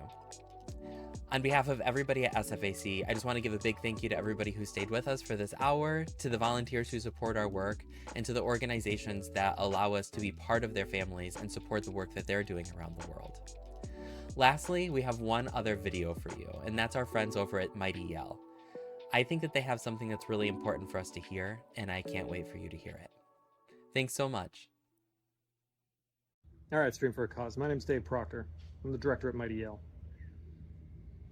And I'm getting pretty sweaty out here. So let's answer your question. Why does diversity and representation in games matter to your team? And honestly, it's because people matter. Games are a small part of life. And if you spend all your time on the internet, you're not going to know that. But the part that matters is the rest of it. The part that matters is the people that are out there when the games stop. And there's so many people out there. And they are amazing. They are queer, and they are trans, and they are disabled. They are different genders, they are different ethnicities. They grew up differently than you. And I think hearing the stories of people that grew up differently than you, I think that's the most important thing that we can do on this planet. I used to say that, like, you know, diversity of team members and diversity of opinions makes a better game. And that is true. That is objectively true. And, you know, we try to prove that every time we have a design meeting. But it's not the most important part. I want to hear stories about people that didn't grow up like me. I want to hear stories about, you know, people that aren't white, straight passing, handsome men from the suburbs. I want to hear stories told by people that didn't grow up like me, because I think that makes life richer. I think that makes life better. And again, games are great. They are a beautiful medium where you can do anything. You can do anything in a game. And you want to use that medium to just tell the same stories by the same people, about the same people? I don't want that. I don't think we should have that. I don't think we should strive for that. I think we can actually get to the meat of what it means to connect to somebody else through this medium. And though games are just a small part of life, they are a great part of life. And they can reflect the diverse and exceptional beauty of life. of the people that you get to meet.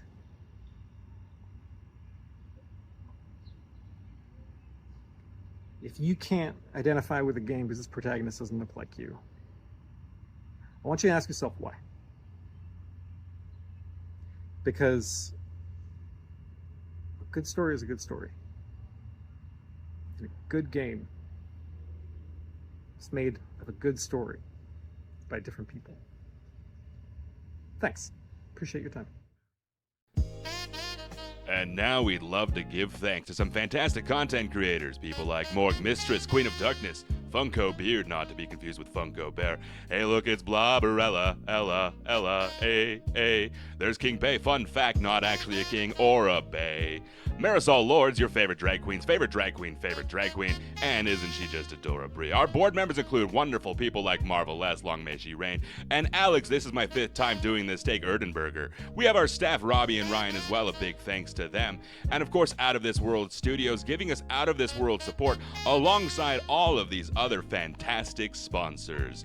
We wouldn't be able to do this without giving a big thanks to all of the indie showcasers that have helped us out in the month of June in the Queer Indie Game Showcase.